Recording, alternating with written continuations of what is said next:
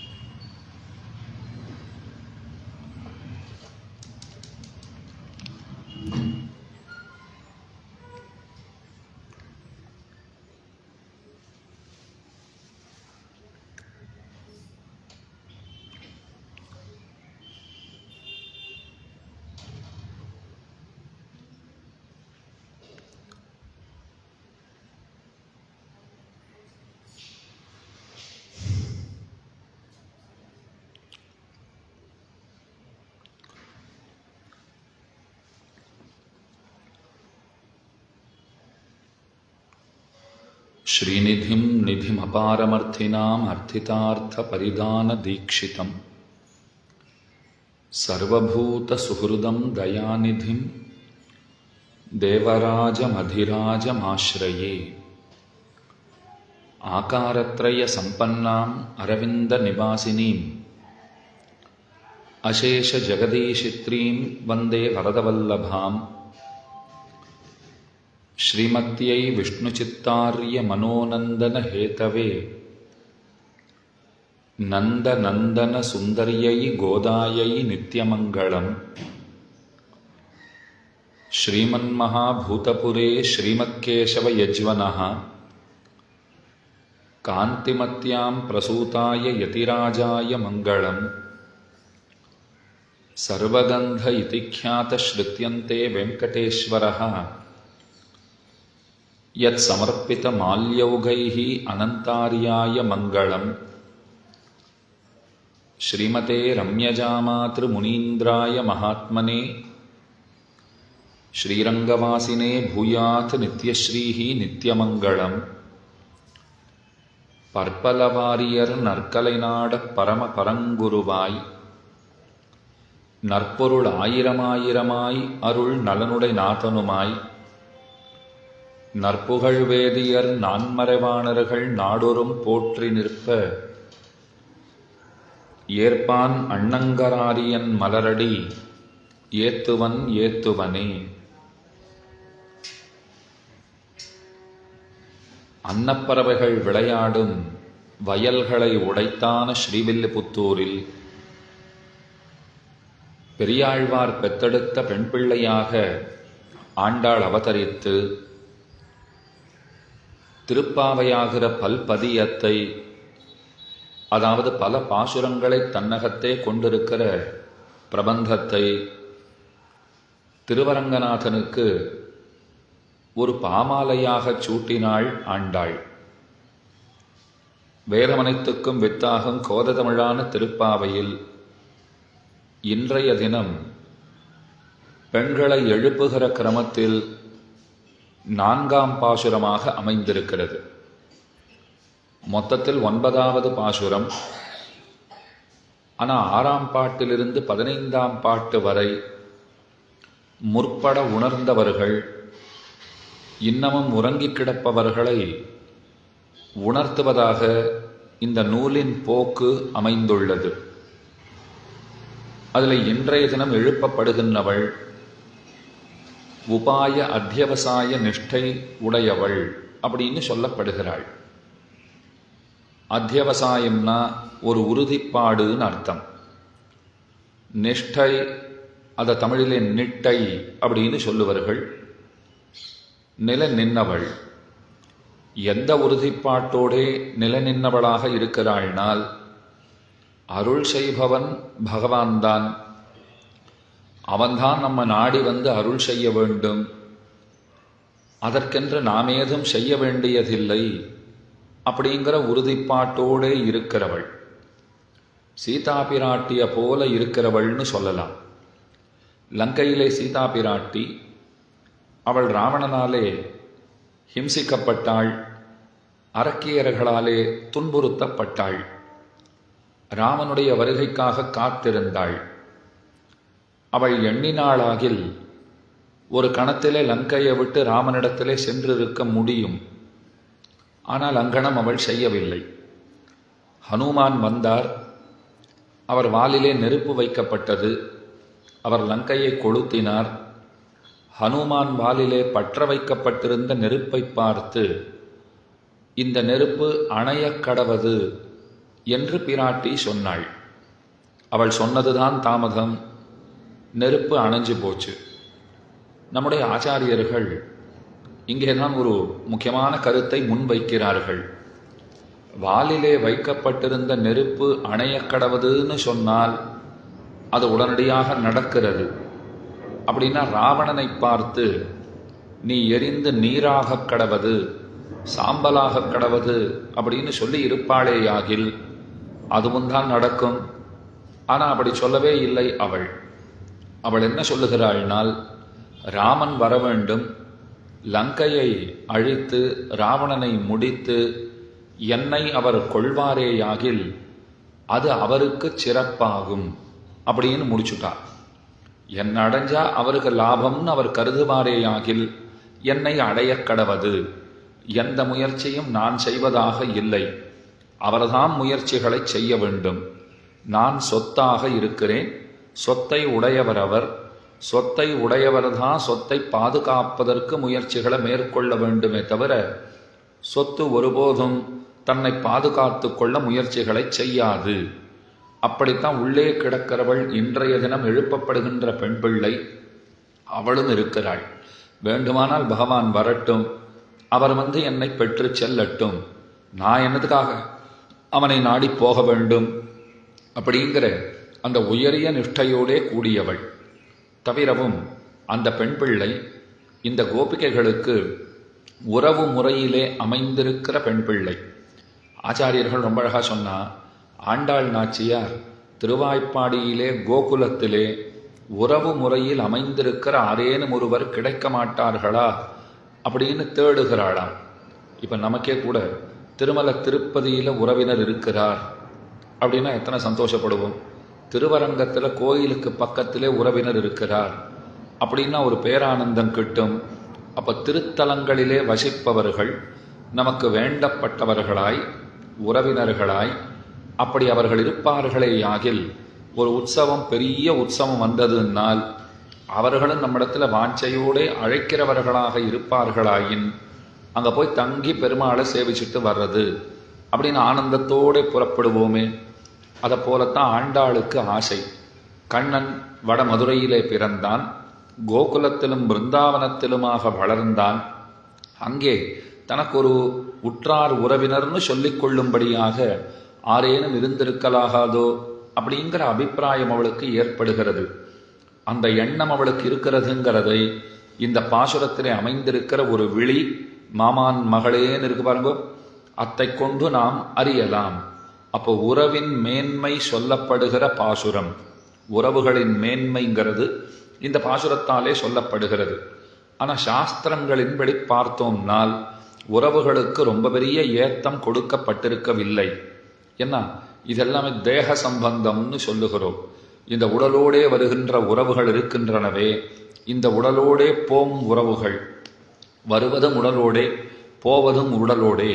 இந்த ஜன்மத்துக்கு ஏதோ சில பேர் நமக்கு உறவினர்களாக வாய்த்திருக்கிறார்கள், அவர்களை போய் ரொம்ப ஸ்லாகிக்கலாமா, அவர்களை போய் கொண்டாடலாமா?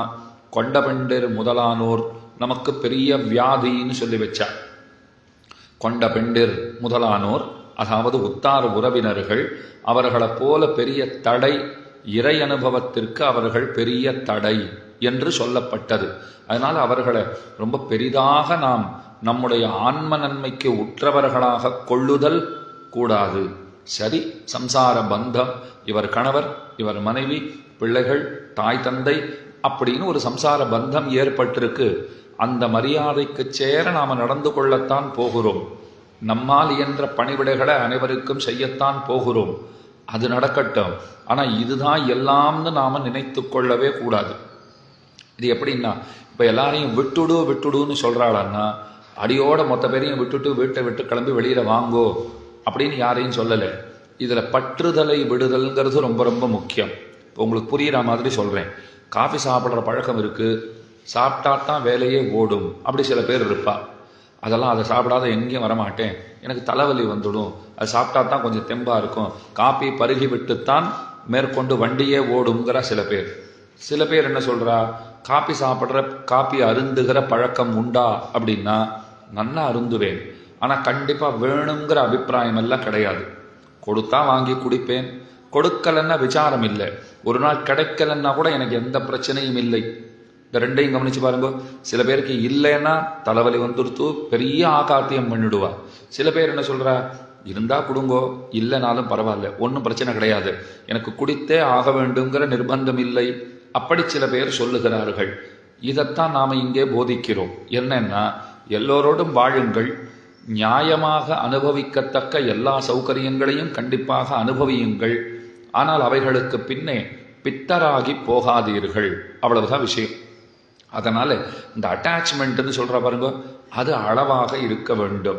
இது இருந்தால் தான் ஆச்சு அப்படிங்கிற நிலைமை அது ஒருபோதும் நமக்கு ஏற்படவே கூடாது. இன்றைக்கு கொடுத்திருக்கிறார், அனுபவிக்கிறோம், நாளைக்கு இல்லையா பரவாயில்லை அப்படிங்கிற மனநிலை அது ரொம்ப ரொம்ப முக்கியம். அதனால உத்தார் உறவினர்களோடு இவர்கள் தான் எல்லாமேங்கிற அபிப்பிராயத்தோட வாழ்ந்திடுகை அது தவறுன்னு சொல்லப்படுகிறது. பகவானிடத்திலே முழுவதுமாக தங்களை அர்ப்பணித்தவர்கள், பெரிய பெரிய பக்தர்கள் எல்லாம் மற்ற எல்லாவற்றையும் விட்டு பெருமானை பணிந்திருக்கிறார்கள். விபீஷணனை பாருங்க, பகவானிடத்துல வந்தான், பரித்யக்தா மயா லங்கா மித்ராணிச்ச தனானிச்ச, லங்கையை விட்டேன், மித்திரர்களை விட்டேன், என்னுடைய செல்வங்களையெல்லாம் விட்டேன், என் குடும்பத்தை விட்டேன், யாவற்றையும் விட்டேன், ராமா உன் திருவடிகளே கதின்னு வந்திருக்கிறேன். அப்ப அப்படித்தான் வரணும்னு தெரிகிறதோ இல்லையோ, அவன் எப்ப அப்படி வந்திருக்கானோ அப்ப நாமும் அப்படித்தான் செல்ல வேண்டும். என்ன சாஸ்திரம் சொல்றது, பிதரம் மாதரம் தாரான் புத்திரான் பந்தூன் சகீன் குரூன் ரத்னானி தனதான்யானி க்ஷேத்ராணி ச கிருஹாணி ச சர்வதர்மாம்ஸ்ச சந்தியஜ்ய சர்வ காமாம்ஸ்ச சாக்ஷரான் லோகவிக்ராந்த சரணௌ சரணம் தே அவரஜம் விபோ அப்படின்னு சம்ஹிதா வச்சனம் ராமானுஜர் கத்தியத்ரயத்துல மேற்கோளாக காட்டுகிறார். பிதரம் மாதரம் தாரான், பிதரம் தந்தை என்ன தாய் என்ன மனைவி மக்கள் அத்தனை பேரையும் விட்டுட்டு, ரத்னானி தனதான்யானி என்கிட்ட இருக்கக்கூடிய நானாவிதமான ரத்னங்களையும் விட்டேன், தனதான்யங்களை எல்லாம் விட்டேன், நிலப்புலன்களை எல்லாம் விட்டேன், செல்வங்களை எல்லாம் விட்டேன், எல்லாத்தையும் விட்டேன் விட்டேன்னு சொல்லிட்டு ஒன்றை மட்டும் கெட்டியாக பிடித்து கொள்ளுகிறேன் நான். என்னன்னா, எம்பெருமானுடைய திருவடிகள், திரு உலகு அளந்தருளினவனான பகவான், அவனுடைய பொன்னடிகளை மாத்திரம் பிடித்து கொள்ளுகிறேன். அப்பத்தான் பகவான் நமக்கு கிடைப்பார்னு சொல்லப்பட்டிருக்கு. அப்ப எல்லாவற்றையும் விட வேண்டும், பகவானையே பற்ற வேண்டும். இந்த உலக உறவுகளுக்கு அத்தனை முக்கியத்துவம் தருதல்கிறது கூடாது கூடாது கூடாது. இத்தனை எங்களுக்கு சொல்றீரே, இது ஆண்டாளுக்கு சொல்லுவார் இல்லையா? அதான் கேள்வி. எங்களுக்கு இத்தனை தூரம் சொன்னீரே, இந்த உறவுகள்னால ஒரு பிரயோஜனமும் கிடையாது, எல்லாவற்றையும் விட்டே பத்த வேண்டும். அது என்னது, விபீஷணன் அப்படித்தான் வந்தான், இவன் இப்படித்தான் வந்தான்னு எல்லாம் சொல்றீங்களே, இது ஆண்டாளுக்கு சொல்லலையா? பாட்டில் என்னமோ மாமான் மகளேன்னு பாடியிருக்கிறாளே, அப்படி கூட பாடலாமோ, அப்படி கூட சொல்லலாமோ? அப்போ உறவுக்கு அவளே முக்கியத்துவம் தந்திருக்கிறாளே, அந்த பெண்ணுக்கு என்ன பெயர் உண்டோ அப்படி சொல்லி எழுப்ப வேண்டியது தானே. நாயக பெண் பிள்ளாய்ன்னு சொன்னா போலே இங்கும் ஏதாவது எங்கள் தலைவியேன்னு சொல்லி எழுப்பி இருக்கலாம், பொற்கொடியேன்னு மேலே சொல்ல போறாளுந்தியோ, குலக்கொழுந்தேன்னு சொல்லி எழுப்பி இருக்கலாம். ஏதோ ஒன்று, ஏதோ ஒரு வார்த்தையை போட்டு எழுப்பி இருக்கலாகாதோ? மாமான் மகளேன்னு ஏன் சொன்னாள்னால் இங்கே புரிந்து கொள்ள வேண்டிய ஒரு அர்த்தம் உண்டு. உறவுகள் நிச்சயமாக விடத்தக்கவர்கள்ங்கிறதுலே மாற்று கருத்து இல்லை. ஆனா எந்த உறவுகளை விட வேண்டுங்கிற ஒரு தெள்ளறிவு நமக்கு தேவை. எல்லா உறவுகளையும் அடியோடு விட்டுடுங்கள் அப்படின்னு சொல்லலை. எந்தெந்த உறவுகள் ஆன்மீக முன்னேற்றத்திற்கு தடையாக இருக்கின்றார்களோ அந்த உறவுகளைத்தான் நாம் விட வேண்டும். நம்முடைய குடும்பத்து உறவுகளே கூட ஆன்மீக முன்னேற்றத்துக்கு உதவிகரமானவர்களாக இருக்கிறார்கள்னால் அவர்களை ஒருபோதும் விடலாகாது. இதைத்தான் புரிஞ்சுக்கணும். நாம் உபன்யாசத்துக்கு போகும்போது நாம் என்ன எதிர்பார்ப்போம்? நம்ம மனைவி அவளும் கூட வந்தா சந்தோஷம், அவ வரலன்னு விட்டா அது பிரச்சனை இல்லை. ரெண்டாவதா என்ன எதிர்பார்ப்போம்? நீயும் போகக்கூடாதுன்னு சொல்றாத இருக்காளா, அந்த அளவுக்கு சந்தோஷம். இப்போ நீங்களும் அதை தான் நினைக்கலாம். நாம போகிறோம், கணவர் அவரும் கூட வந்துட்டார்னா ரொம்ப சந்தோஷம், இல்லைன்னா அங்கெல்லாம் நீ போகக்கூடாது, எப்படி போறேன்னு பார்க்கறேன், உன் காலை உடைக்கிறனா இல்லையா பார் அப்படின்னு சொன்னாருன்னா அவரோடு உண்டான உறவை உடைத்து கொள்ள வேண்டியதுதான், அவ்வளவுதான். ஆன்மீக முன்னேற்றத்திற்கு நாம் எம்பெருமானுடைய அனுபவத்தை செய்வதற்கு தடையாக இருக்கிற இணைன்னு சொன்னால் அது இணை என்று நமக்கு பெரிய பிணைன்னு நாம் கொள்ள வேண்டும். அப்ப இணையாக இருப்பவர்கள் மனமொத்த தம்பதிகளாக வாழ்ந்து பகவத் அனுபவத்தை செய்ய வேண்டும். இந்த கல்யாணம்ங்கிறதே அதற்காகத்தான் செய்து வைத்திருக்கிறார்கள். இருவருமாக சேர்ந்து நற்காரியங்களை செய்ய வேண்டியது. அதனால தானே இல்லறம் நாளுலையோ கிரகஸ்த தர்மம்ங்கிற அந்த தர்மத்தை, அந்த அறத்தை இருவருமாக சேர்ந்து செய்ய வேண்டியது. ஒரு திருவாராதனமே பண்ணினாலும் 2 பேருமா சேர்ந்து தான் பண்ணணும். பூஜை பண்ற காலத்திலே இவர் கணவர் கற்பூரஹாரத்தை பெருமானுக்கு சமர்ப்பிக்கிறார்னால் அந்த கற்பூரஹாரத்தை தட்டிலே கற்பூரத்தை கொளுத்தி அவர் கையிலே தர வேண்டிய பணி அது மனைவியை சார்ந்தது. இதை ராமனும் சீதையுமாக அனுட்டித்து காட்டியிருக்கிறார்கள். சகபத்னியா விஷாலாட்சியா நாராயணம் உபாகமத்து அப்படின்னு வால்மீகி ராமாயணத்திலே ஸ்லோகம். சீதையும் ராமனுமாக சேர்ந்து ஸ்ரீரங்கநாதனுடைய திருவாராதனத்தை பூஜையை நடத்தினார்கள் அப்படின்னு சொல்லப்பட்டிருக்கிறது. அப்ப 2 பேருமா சேர்ந்து நடத்தினாத்தான் அந்த இல்லறங்கிறது நல்லறமாகிறது. அந்த உறவுகள் எல்லாம் இப்ப யாரும் விடணும்னு சொல்லவே இல்லை. நானும் பண்ண மாட்டேன், நீயும் பண்ணக்கூடாது, நீ எப்படி பூஜை பண்றேன்னு நான் பார்க்கிறேன்னு சொன்னால் அந்த உறவு கண்டிப்பாக விடத்தக்க உறவு. அதுதான் இந்த இடத்துல விஷயம். அப்ப உறவுகள்னாலே விட்டுடுங்கோன்னு சொல்லலே, ஆன்மீக முன்னேற்றத்திற்கு தடையாயிருக்கிற உறவுகள், ஆன்மீக முன்னேற்றத்திற்கு துணையாயிருக்கிற உறவுகள், துணையாயிருப்பதை பற்றி கொள்ளுங்கோள், தடையாயிருப்பதிலிருந்து விலகி நில்லுங்கோள். இதுதான் உணர்த்தப்படுகிறது.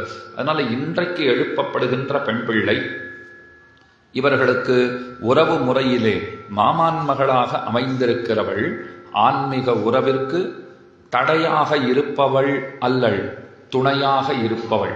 அதனாலே எழுப்புகிறார்கள். ராமானுஜருடைய வாழ்க்கையில ஒரு சரித்திரம் சொல்லுகிறேன். அவர் சந்நியாசம் பெற்றுக்கொள்ளுகிற தருணம் காஞ்சிபுரத்திலே அனந்த சரஸ்ங்கிற புஷ்கரணி திருக்குளம் கோயிலுக்குள்ளே இருக்கிறதே, எவ்விடத்திலே அத்திவரதர் சயனித்துக் கொண்டிருக்கிறாரோ அந்த திருக்குளம், அங்குதான் ராமானுஜர் துறவரம் பெற்றார், துறவரம் மேற்கொண்டார். காஞ்சி தேவப்பெருமாளே அவருக்கு காஷாயத்தையும் திருதண்டத்தையும் கொடுத்தார்னு சொல்லுவார்கள். தேவப்பெருமாளிடமிருந்தே அவர் சந்நியாசாசிரமத்தை ஸ்வீகரித்தார். அந்த சமயத்திலே குளத்திலே நன்கு மூழ்கி எழுந்து சந்நியாசியாக போகிறவர் சில வார்த்தைகளை, சில மந்திரங்களை எல்லாம் சொல்ல வேண்டும். முக்கியமா என்ன சொல்லணும்னால் சந்நியஸ்தம்மயா, சந்நியஸ்தம்மயா, சந்நியஸ்தம்மயான்னு சொல்ல வேண்டும்.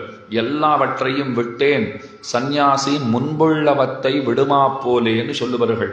எல்லாவற்றையும் விட்டேன், இது ஒரு புது பிறவி, இது பகவானுக்காகவே இந்த பிறவி ஏற்பட்டிருக்கிறது, அவனுக்கு தொண்டுகள் புரிவதற்காகவே இந்த பிறவி அமைந்திருக்கிறது அப்படிங்கிற ஒரு உறுதிமொழியை அவன் எடுத்துக் கொள்ளுகிறான்.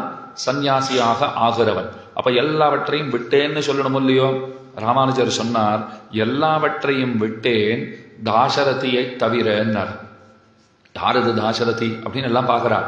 ராமானுஜருக்கு நேரே மருமகன், அதாவது அவருடைய சகோதரியினுடைய பிள்ளை. சகோதரனுடைய பிள்ளை அவருக்கு பாகினேயர்னு பேர். பகினி அப்படின்னா சகோதரி, பகினியினுடைய பிள்ளை பாகினேயர். அப்ப ராமானுஜருக்கு பாகினேயராக இருக்கக்கூடியவர் தாசரதிங்கிற முதலியாண்டான். அவருக்கு சிறப்புகள் பல உண்டு. அதுல முக்கியமா 3 விஷயங்களை சொல்றா. ராமானுஜருக்கு சகோதரியின் பிள்ளைங்கிறது ஒரு ஏற்றம், ராமானுஜருக்கு திருதண்ட ஸ்தானியருங்கிறது ஒரு ஏற்றம். அப்புறம் புரிகிறா போல சொல்றேன். 3ஆவதாக இருப்பது எம்பெருமானாருடைய பாதுகைகள், ராமானுஜருடைய பாதுகைகள் அவர்தாங்கிறது அவருக்கு இருக்கிற ஒரு ஏற்றம். இப்படி 3 விதமான ஏற்றங்கள் முதலியாண்டான்கிற ஆச்சாரியருக்கு உண்டு. அவருக்குத்தான் முதலிலே தாசரதின்னு பேர். சித்திரை மாதத்திலே புனர்வசு நட்சத்திரத்திலே அவதரித்தவர். இங்க பக்கத்துல வரதராஜபுரம் பேட்டைன்னு சொல்ற மாதிரி அந்த க்ஷேத்திரத்துல தான் அவதரித்தார். முதலியாண்டானுடைய அவதார ஸ்தலம் இன்றைக்கு பேட்டை என்று வழங்கப்படுகின்ற திருத்தலம். அதே போல எம்பார் திருவவதரித்தது மழலை மங்கலம், மதுரமங்கலம் அப்படிங்கிற க்ஷேத்திரம். கூரத்தாழ்வான் திருவவதரித்தது கூரமாநகருங்கிற க்ஷேத்திரம். இப்படி ராமானுஜருடைய சீடர்கள் எல்லாம் முக்கியமான சீடர்கள் அந்த ஸ்ரீபெரும்புதூருக்கு பக்கத்திலேயே அவதரித்திருக்கிறார்கள். அதில் தாசரதி ஏன் முக்கியங்கிறத முதலிலே சொல்லுகிறேன். பகவான் சக்கரவர்த்தி திருமகனாக ராமனாக பிறந்தான். ஆதிசேஷனை பார்த்து சொன்னா, நீ லக்ஷ்மணனாக பிறக்க வேண்டும் அப்படின்னு சொன்ன உடனே தங்கள் கட்டளை தங்களுடைய சித்தம் அடியன் தயாராக இருக்கிறேன் அப்படின்னு சொல்லிட்டு அவரும் லக்ஷ்மணனாக திருவவதரித்தார். மாஞ்சு மாஞ்சு ராமனுக்கு கைங்கரியம் பண்ணினார். பார்த்து பார்த்து தொண்டுகள் எல்லாம் செய்தார். ராமன் நினைத்து கொண்டான், தலைவனாய் இருப்பதிலே ஒன்றும் பெரிய விஷயம் இருப்பதாக தெரியவில்லை. லக்ஷ்மணனை போல ஒரு பிறவி கிடைத்ததுன்னு சொன்னால் அதில் தான் பாக்கியமே பொதிந்துள்ளது. தொண்டுகள் செய்வதிலே தான் பெருத்த ஒரு பெருமைங்கிறது இருக்கிறது. இனிவரும் அவதாரங்களிலே நாம தலைவனாக இருத்தல்ங்கிறது கூடாது. இந்த ஆதிசேஷனை இந்த பயலை முன்னாடி அனுப்பிவிட வேண்டும், நாம பின்னே சென்று தொண்டுகள் செய்ய வேண்டும் அப்படின்னு நினைத்து கொண்டார். அதனால என்ன செய்தார்னால், அவர் பார்த்து ஆதிசேஷனை பார்த்து சொல்றார், நீ அடுத்த பிறவியிலே பலராமனாக பலபத்ரனாக நம்பிமூத்த பிரானாக நீ முதலிலே பிறக்க வேண்டும். உனக்கு பின்னோடே நான் வருகிறேன், கண்ணனாக வருகிறேன். உனக்கு பார்த்து பார்த்து தொண்டுகள் நான் செய்வேன். அப்ப அந்த அவதாரம் முழுக்க அண்ணா அண்ணான்னு கூப்பிட்டு கொண்டு எத்தனை தொண்டுகளை தமையனாருக்கு செய்ய முடியுமோ அத்தனை தொண்டுகளை குறைவின்றி செய்தவர் கண்ண பெருமான். கடைசியில் நினைச்சுட்டாரா, இனிமே இதுதான் வழி, முடிவு பண்ணிட்டேன், இனிமே தொண்டுகள் தான் செய்வது என்று தீர்மானித்து கொண்டார். அதே இளைய பெருமாள், அதே லக்ஷ்மணன் எவரொருவர் பலராமனாக பிறந்தாரோ அதே ஆதிசேஷன் அவரே ராமானுஜராக அவதரிக்கப் போகிறார். அப்பவும் பகவான் நினைச்சுட்டான், இம்முறை ஓருருவம் கொண்டன்று ஈருருவம் கொண்டு செல்ல வேண்டும், ராமானுஜருக்கு தொண்டுகளை செய்ய வேண்டும்.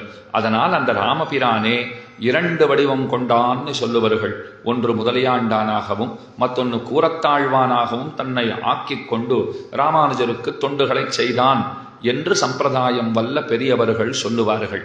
அப்போ நேரே இவர் மருமகனாக இருக்கிறார் முதலியாண்டான்கிறவர். அடுத்தது திருதண்டஸ்தானியர்னு சொன்னேன். ஸ்ரீ வைஷ்ணவ சந்நியாசிகள் அவர்கள் கையிலே பார்த்தீர்களானால் ரொம்ப அழகா ஒரு திருதண்டம்ங்கிறத ஏந்தி இருப்பவர்கள், முக்கோல் பகவர்கள் அப்படின்னு அவர்களை சொல்லுவார்கள். சந்நியாசி அதை எப்போதும் விடுவது என்பதே கூடாது. அவர்களுக்கு உற்ற தோழன் யாருன்னா அந்த திருதண்டம்தான் தோழன். அதை எப்போதும் அவர்கள் தங்கள் கைகளிலே கொண்டிருக்க வேண்டும். ஏதோ சில சந்தர்ப்பங்கள்ல மட்டும்தான் திருதண்டம் கூட இல்லைன்னா பரவாயில்ல, அதாவது ஒரு நாளைக்கு குறிப்பிட்ட சில சமயங்களில் மட்டும் அந்த திருதண்டம் கையில் இல்லாமல் இருந்தால் பரவாயில்லைன்னு சொல்லப்பட்டிருக்கு. அதை தவிர்ந்த மற்ற நேரங்களிலே அவசியமாக அந்த திருதண்டம்ங்கிறது கையிலே இருந்தாக வேண்டும். அப்ப உற்ற தோழனை போல இருக்கிறது அந்த முக்கோல் தானே.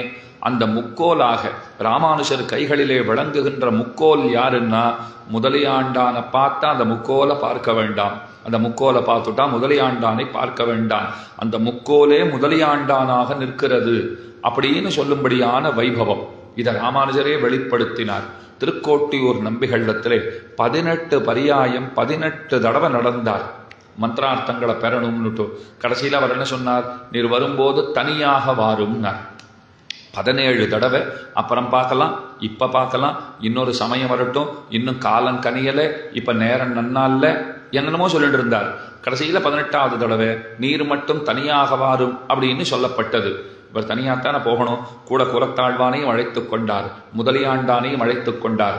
ஆச்சாரியர் கேட்டார், தனியாகத்தான் வரணும்னு சொன்னேனே, கூட யாரோ 2 பேரை அழைத்து கொண்டு வந்திருக்கிறீரே, சொன்னது சரியாக காதிலே விழவில்லையா அப்படின்னு கேட்டார். இல்ல காதுல நன்னா விழுந்ததுனால தான் இப்படி வந்திருக்கேன், தனியா வந்திருக்கேன்னார். காதுல நன்னா விழுந்ததுன்னு சொல்றீர், கூட 2 பேரை அழைச்சிட்டு வந்திருக்கீர், தனியா வந்திருக்கேன்னு சொல்றீர், உமக்கு ஏதாவது குழப்பமா, இல்ல நான் தான் குழம்பி போயிருக்கேனா, நீர் சரியா சொல்லி எனக்கு புரியலையா, இல்ல நீர் சரியா சொல்லாதனாலதான் எனக்கு புரியலையா அப்படின்லாம் அவர் கேட்டார். அவர் சொன்னார், நீரும் சரியா சொன்னீர், நானும் சரியா செஞ்சிருக்கேன்னார். இப்பத்தான் இன்னும் அதிகமா குழப்பமா எடுத்து, எங்க சரியா பண்ணிருக்கீர், தனியா வாருன்னு தானே சொன்னேன், நான் தனியாத்தான் வந்திருக்கேன் அப்படிங்கிறார் இவர். அப்ப இந்த 2 பேரு அப்ப பதில் சொல்றார், ஓ இப்படி கேட்கிறீரா சுவாமி, இவர் தான் எனக்கு திருதண்டம், அவர் தான் ஜல பவித்திரம்னு சொல்லுவார்கள். பவித்திரம் ஜல பவித்திரம் 2ஆ சொல்றா. ஜல பவித்திரம்ங்கிறது அந்த திருதண்டத்துல மேல ஒரு வெள்ளை நிறத்திலே ஒரு துணி கட்டப்பட்டிருக்கிறது பாருங்க, அது ஏதோ சமாதான கொடி காட்டுறா போல அதை பிடிச்சிட்டு இல்லையோ, அந்த வெள்ளை நிறத்திலே கட்டப்பட்டிருக்கிற அந்த கொடி இருக்கிறது, அதற்கு ஜல பவித்திரம்னு பேரு. அது எதற்காகன்னா, சந்நியாசியானவர் ஜபங்களை எல்லாம் அதன் துணை கொண்டுதான் செய்ய வேண்டும். அதுக்காகத்தான் அது திருதண்டத்தினுடைய மேலே அது அமைக்க பெற்றிருக்கிறது. அதனால அந்த திருதண்டத்தில் இருக்கிற ஜல பவித்திரம், திருதண்டம் முதலியாண்டான் ஆயிட்டார், ஜல பவித்திரம் கூறத்தாழ்வான். இன்னொன்னு சொல்லுவார்கள், கைகளிலே பவித்திரமணிந்து கொண்டிருப்பார்கள். எதனா நம்ம வீட்டிலேயே கூட நம்ம ஸ்ராத்தம் முதலானவைகள்லாம் பண்ணுறோம், சுப காரியங்கள் ஏதேனும் பண்ணுறோம், எதுவாக இருக்கட்டும், வாத்தியார் சுவாமி வந்த உடனே முதல்ல என்ன சொல்லுவார், ஆச்சமனம் பண்ணுங்கோ அப்படின்வார். அவரே பாவம் அந்த டம்ளரில் இருக்கிற தீர்த்தத்தை கையில் எடுத்துப்பார், கையை நீட்டுங்கோ, 3 தடவை வாங்கி குடிங்கோ அப்படின்னு சொல்லிட்டு அதுக்கப்புறம் இந்தாங்க இதை போட்டுக்கோங்கோ அப்படின்னு சொல்லி அந்த புல்லை கையில் கொடுப்பார். சில பேர் அப்படியே திருன்னு பார்த்துட்டு இருப்பா. அதை வாங்கிட்டு அதை எந்த விரலில் போட்டுக்கிறது, முதல்ல கையில் போட்டுக்கிறதுனே தெரியாது, அப்புறம் அதை விரலில் மாட்டிக்கணும்னு தெரியணும். அவரையே பாப்பா, இது நாங்கள் என்ன பண்ணுறது அப்படின்னா, அதை போட்டுக்கோங்க. இல்லை போட்டுக்கணும்னு தெரியறது, எங்கே போட்டுக்கணும், நான் போட்டுக்கணுமா, பக்கத்தில் இருக்கிற மனைவி கையில் போட்டு விடணுமா, என்னன்னா உம்ம கையில் தான் போட்டுக்கணும், கையில் போட்டுக்கணும் சுவாமி, எந்த விரலில் போட்டுக்கிறதுன்னு கொஞ்சம் நீரே சொல்லிட்டா அப்படி சொல்ல மாட்டார், நீரே மாட்டி விட்டுட்டா ரொம்ப சௌகரியமாக போச்சு அப்படிதான் பாவம். பிராணாயாமம் பண்ணுன்னு ஒரு வாத்தியார் சுவாமி வந்தார், பிராணாயாமம் பண்ணு அப்படின்னா, நான் முதல்ல பிராணாயாமங்கிறத எப்படி பண்ணணும், இந்த இடது நாசியை நல்லா மூடிட்டு வலது நாசியினால மூச்சை முதல்ல வெளியில விட்டுட்டு திரும்ப அந்த வலது நாசியினால மூச்சை உள்ள இழுத்துக்கொண்டு சிறிது பொழுது அப்படியே பிடித்து வைத்துக்கொண்டு அதுக்கப்புறம் மந்திரத்தை சொல்லி மெதுவாக இந்த பக்கத்துல இருந்து விட்டுட்டு அதுக்கப்புறம் ஓம் பூர் புவஸ்வர் ஓம்னு சொல்லி காதை தோடுறது அப்படின்னு ஒரு கிரமம் வச்சிருக்கா. பிராணாயாமம் பண்ணுன்னார் வாத்தியார். அவர் முன்ன பின்ன பண்ணி பார்த்துருந்தா தானே தெரியும், தெரியவே இல்லை, என்ன பண்ணுறதுன்னு தெரியல, விழித்து கொண்டே இருந்தார். வாத்தியார் சுவாமி புரிஞ்சு விட்டார், ஓ பிராணாயாமம்னா என்னன்னு தெரியல, சரி சொல்கிறேன் மூக்க பிடினார். இவர் மூக்க பிடிச்சுட்டார். அவர் அப்படியே நீர்தான சுவாமி மூக்க பிடிக்க சொன்னீர்னா, என் மூக்க பிடிக்க சொல்லலை, உம்ம மூக்க நீர் பிடித்து கொள்ள வேண்டும், அதிலேருந்து சொல்லித்தர வேண்டியிருக்கேன்னு அவர் தலையிலே அடித்து கொண்டார். அது ஒரு புறம் இருக்கட்டும். அப்போ ஜபம் எல்லாம் பண்ணுகிறோம்னால் ஒரு காயத்ரி ஜபம் பண்ணும் போதே நாம் எங்கிருந்து எப்படி ஆரம்பித்து எங்கனம் முடிக்க வேண்டுங்கிற கட்டுப்பாடு நியமங்கள் எல்லாம் உண்டு. இந்த கணுக்களை போல் அமைஞ்சிருக்கோ இல்லையோ, இந்த கணுக்களின் துணை கொண்டு காயத்ரி மந்திரத்தை ஒருவன் எண்ணிக்கொள்ள வேண்டியது அப்படின்னு சாஸ்திரங்கள் கட்டளை இட்டிருக்கு. இதெல்லாம் ஒரு ஆச்சாரியரிடத்துல கற்றுக்கொண்டால்தான் எங்க ஆரம்பித்து எப்படி முடிப்பது, எங்கனம் செய்வது. இந்த விரல்களை கொண்டு நாம ஜபம் பண்ணும்போது இந்த கைகளுக்கு தேவை இருக்கிறதான்னா நிச்சயம் இருக்கு. அதுக்கு தான் இப்படி பாருங்க, இப்படி உட்காந்துருப்பான் ஜபம் பண்றவான்னு சொன்னா, இதோ இங்கனம் அமர்ந்திருப்பவர்கள் இந்த 2 கைகளும் உள்ளுக்குள்ளே இருக்க வேண்டும். அப்ப இந்த கைகளால எண்ணிக்கை, அதுல ஒரு குறிப்பிட்ட சங்கியை குறிப்பிட்ட எண்ணிக்கை முடிந்த பிற்பாடு இத்தனை முடிஞ்சு போச்சுன்னு அடையாளம் வைத்துக் கொள்ளுவதற்கு இந்த கை, இப்படி 2 கைகளையும் பயன்படுத்த வேண்டும். அப்ப ஜல பவித்திரம் அதுக்குள்ளத்தான் கைகளை கொடுத்து அவ ஜபம் பண்றதையே பண்ணுவார்கள். இன்னொன்னு பவித்திரம் கையில போட்டுருக்கா, கூறத்தாழ்வான் தான் அந்த ஸ்தானத்திலே இருக்கிறார். அதனால ஒரு சன்னியாசி திருதண்டத்தை ஜல பவித்திரத்தை பவித்திரத்தெல்லாம் விட்டுட்டு வர முடியாதே, இவாதான் அவா அப்படின்னு நயமாக பதில் சொல்லிவிட்டார். திருக்கோட்டியூர் நம்பிகள் சொன்னார், பதில்லாம் கேட்கறதுக்கு ரொம்ப நன்னாத்தான் இருக்கு, திருதண்டத்தையும் ஜல பவித்திரத்தையும் வச்சுட்டு வாரும்னார், அப்படியே வாரும் அப்படின்னு அவர் சொல்லி இருக்கிறார். அப்ப முதலியாண்டான்கிறவர் அவர் ராமானுஜருக்கு மருமகனாருங்கிற ஒரு ஏத்தம் மிக்கவர். அடுத்தது ராமானுஜருடைய திருதண்டம்ங்கிற பெருமை பெற்றவர். அதற்கும் மேலே பாதுகே யதிராஜஸ்ய கதயந்தி யதாக்கியா தஸ்ய தாசரதே பாதௌ சிரசா தாரயாம்யகம். ராமானுஜருடைய திருவடி நிலைகள், அந்த பாதுகைகளுக்கு முதலியாண்டான்னே திருநாமம். இப்போ ஒரு விஷயம் சொல்றேன், என்ன கேட்டுக்கோங்க. பெருமாள் சந்நிதி, தாயார் சந்நிதி, ஆண்டாள் சந்நிதிக்கெல்லாம் போகிறோம்னால் தீர்த்தம் பெற்று கொள்ளுகிறோம். அப்புறம் ஷடாரி கொண்டு வந்து நம்முடைய தலையிலே வைக்கப்படும். நடக்கிறதோ இல்லையோ, ஷடாரியை எழுந்தருள பண்ணி கொண்டு வந்து நமக்கு பெருமானுடைய அனுகிரகத்தை பெருவிக்கிறார் அர்ச்சகர். நடக்கிறது. அப்போ ஒருவேளை அவர் மறந்துட்டார் அப்படின்னா நாம மெதுவா பிரார்த்திக்கிறோம், சுவாமி ஷடாரி ஆகுமா அப்படின்னு கேட்க வேண்டும், பணிவோட கேட்க வேண்டும், நிச்சயம் நடக்கும். அப்ப பெருமாள் சந்நிதி, தாயார் சந்நிதி, ஆண்டாள் சந்நிதிக்கு போனா ஷடாரின்னு பேரு. இப்ப நான் ஆழ்வார் சந்நிதிக்கு போனேன், நம்ம ஆழ்வார் சந்நிதிக்கு போயிட்டு தீர்த்தத்தை வாங்கி கொண்டு ஷடாரின்னு அங்க சொல்லக்கூடாது. ஏன்னா ஷடாரினாலே நம்மாழ்வார் தான், அவர் பேர் தான் பெருமாளுடைய திருவடிகளுக்கும் நாச்சியார்கள் திருவடிகளுக்கும், நாச்சியார்கள்னு சொன்னது தாயார் ஆண்டாள் யாரா இருக்கட்டும், அவர்களுடைய திருவடிகளுக்கெல்லாம் ஷடாரின்னு பேர். நம்மாழ்வார் பெயரே சூட்டப்பட்டிருக்கிறது.